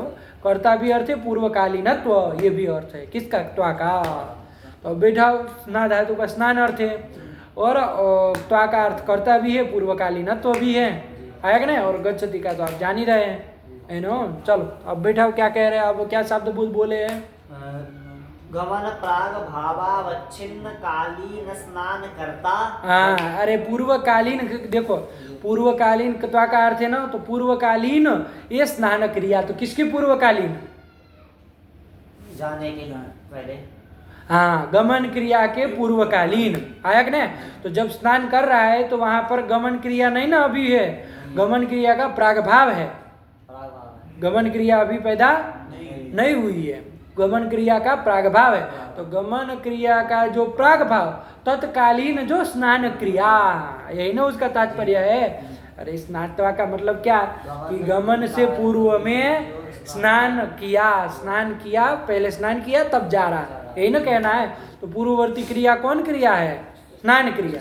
तब गमन क्रिया नहीं ना है, तब क्या है? वो गमन क्रिया का प्रागभाव है। तो ये जो स्नान क्रिया है वो गमन क्रिया के प्रागभाव की कालीन, समकालीन क्रिया ये होगी। देखो क्या शब्दावली प्रयोग कर रहे हैं? गमन प्राग भावावच्छिन्न कालीन। हाँ, गमन प्राग भावावच्छिन्न कालीन, मतलब गमन प्राग भाव के समकालिक ये कौन सी क्रिया? स्नानक क्रिया। उस स्नान क्रिया का जो करता अर्थ भी है ना, उस स्नान क्रिया का जो करता है देवदत्त, वो अब गमनानुकूल कृतिमान वो करता। तो इस तरह से वहां भी बोध हो जाएगा। वही कह पढ़ो। गमन प्राग भावावच्छिन्न कालीन स्नान करता गमनानुकूल वर्तमान कृतिमान इति शाब्दबोधः। हाँ, गमनानुकूल जो वर्तमान कालीन कृति है तादृश कृतिमान ये करता है, आया कि नहीं? तो यही ना पता चला कि भाई स्नान क्रिया करके जा रहा है, यही ना आया कि गमन क्रिया का जब प्राग भाव था तब स्नान करने वाला जो करता है, स्नान क्रिया का करता जो है वो अब वर्तमान काल में गमनानुकूल कृतिमान, वर्तमान कालिक कृतिमान वो करता है। ये आया कि नहीं आया? हाँ, गमन प्राग भावावच्छिन्न कालीन स्नान करता गमनानुकूल वर्तमान कृतिमान इति शाब्दबोधः। हाँ, फिलहाल अभी मोटे मोटे से ही बिठा रहे हैं ना, मोटे वो एकदम मतलब मोटे का भी मोटा स्वरूप है, आया कि नहीं आया? इस तरह से वो पदार्थ इस खोए से खुलेंगे नहीं, लेकिन अभी कितना भी हम लंबा करेंगे आपको बात बैठने वाली नहीं है। जब वो 2 दिन की थोड़ी हम लोग व्यायाम कर लेंगे और समझ लेंगे तो तुरंत बैठ जाएगा, कोई इसमें बड़ी बात नहीं। फटाक से शब्दबोध, कोई भी वाक्य देंगे आपको फट से शब्दबोध करेंगे, है कि नहीं? चलो हाँ पढ़ो अभी फिलहाल। त्वा प्रत्ययस्य कर्ता पूर्वकालीनत्वं च अर्थः। हाँ, ये अर्थ भी बता दिए। चलो चलो। एवं अन्यत्रापि वाक्यार्थो बोध्यः। ये इसी तरह अन्यत्र भी रामः गच्छति, है ना, इन सब जगह क्या करना? वाक्यार्थो बोध्य, अपने से अब जानना, है कि नहीं? चल अब इतना कह देने से कोई ग्रंथ समझ जाता है। चल, लेकिन फिलहाल खाली मूल को यदि लगाना हो तो सामान्य रूप से लगा सकते हैं, इतना करके, ठीक। अब करना है इसको कि फिर शब्दबोध की प्रक्रिया, चलो तो उसको थोड़ा 2 दिन लगा के जितना भी हो, लेकिन समझा जाए। अगले पाठ से थोड़ा उसमें लगेंगे, फिर आगे चला जाए। अब आगे क्या आ रहा है इसमें? हो गया ये शब्द खंड आपका यहाँ पर परिसमाप्त हो गया। हो गया कि नहीं हो गया? अब क्या आएगा इसके बाद? देखो वहाँ यथार्थानुभव चतुर्विध कहा था, तो 4 प्रकार के यथार्थानुभव को बता दिए, तत्करण को भी बता दिए, सांगोपांग बढ़िया से पूरी प्रक्रिया के साथ, अब कोई दिक्कत नहीं। तो यथार्थ अनुभव का निरूपण हो गया। अब अनुभव का दूसरा भेद था, क्या अनुभव का दूसरा भेद था? अनुभव। अब उसका निरूपण करने जा रहे हैं। कुछ दिमाग में क्रम तर्क संग्रह का बन रहा है। अरे ज्ञान से चालू किया था, ज्ञान के दो भेद, स्मृति और अनुभव। स्मृति वहीं समझा दिए है ना, स्मृति वहीं समझाए। तद भिन्नम ज्ञानम अनुभव करके चालू किया। वो अनुभव दो प्रकार का, यथार्थ अनुभव, अयथार्थ। उसमें यहाँ तक के ग्रंथ के द्वारा यथार्थ अनुभव को समझाए है ना, उसके कारण ये सब, उसमें जितनी भी जरूरत पड़ी सब चीजें बताई। आया कि नहीं आया? अब जब यथार्थ अनुभव को समझ लिए तो उसका दूसरा भेद क्या है? अब उसको ना समझा जाएगा। अयथार्थ अनुभव का निरूपण करने जा रहे हैं। क्या ग्रंथ आ रहा है आगे का? त्रिविधा। अयथार्थानुभव भी त्रिप्रकार का है। आया कि नहीं? यथार्थानुभव 4 प्रकार का था, और यथार्थानुभव के 3 प्रकार बता रहे। क्या क्या? विपर्य, तर्क, भेद। संशय, विपर्य और तर्क के भेद से ये 3 प्रकार का है। अब इसको विस्तार से फिर बाद में समझेंगे। पहले थोड़ा हम लोग शब्दबोध की कुछ बातें को जाने, कैसे क्या परस्पर में पदार्थ जुड़ते हैं, ठीक है ना, और कैसे शब्दबोध होता है। चलिए रखा जाए फिलहाल पाठ, इसको बिठा लेना बाबू, है ना, फिर चलते रखा जाए। भगवते नमः, पराम्बिकायै नमः। अस्तु।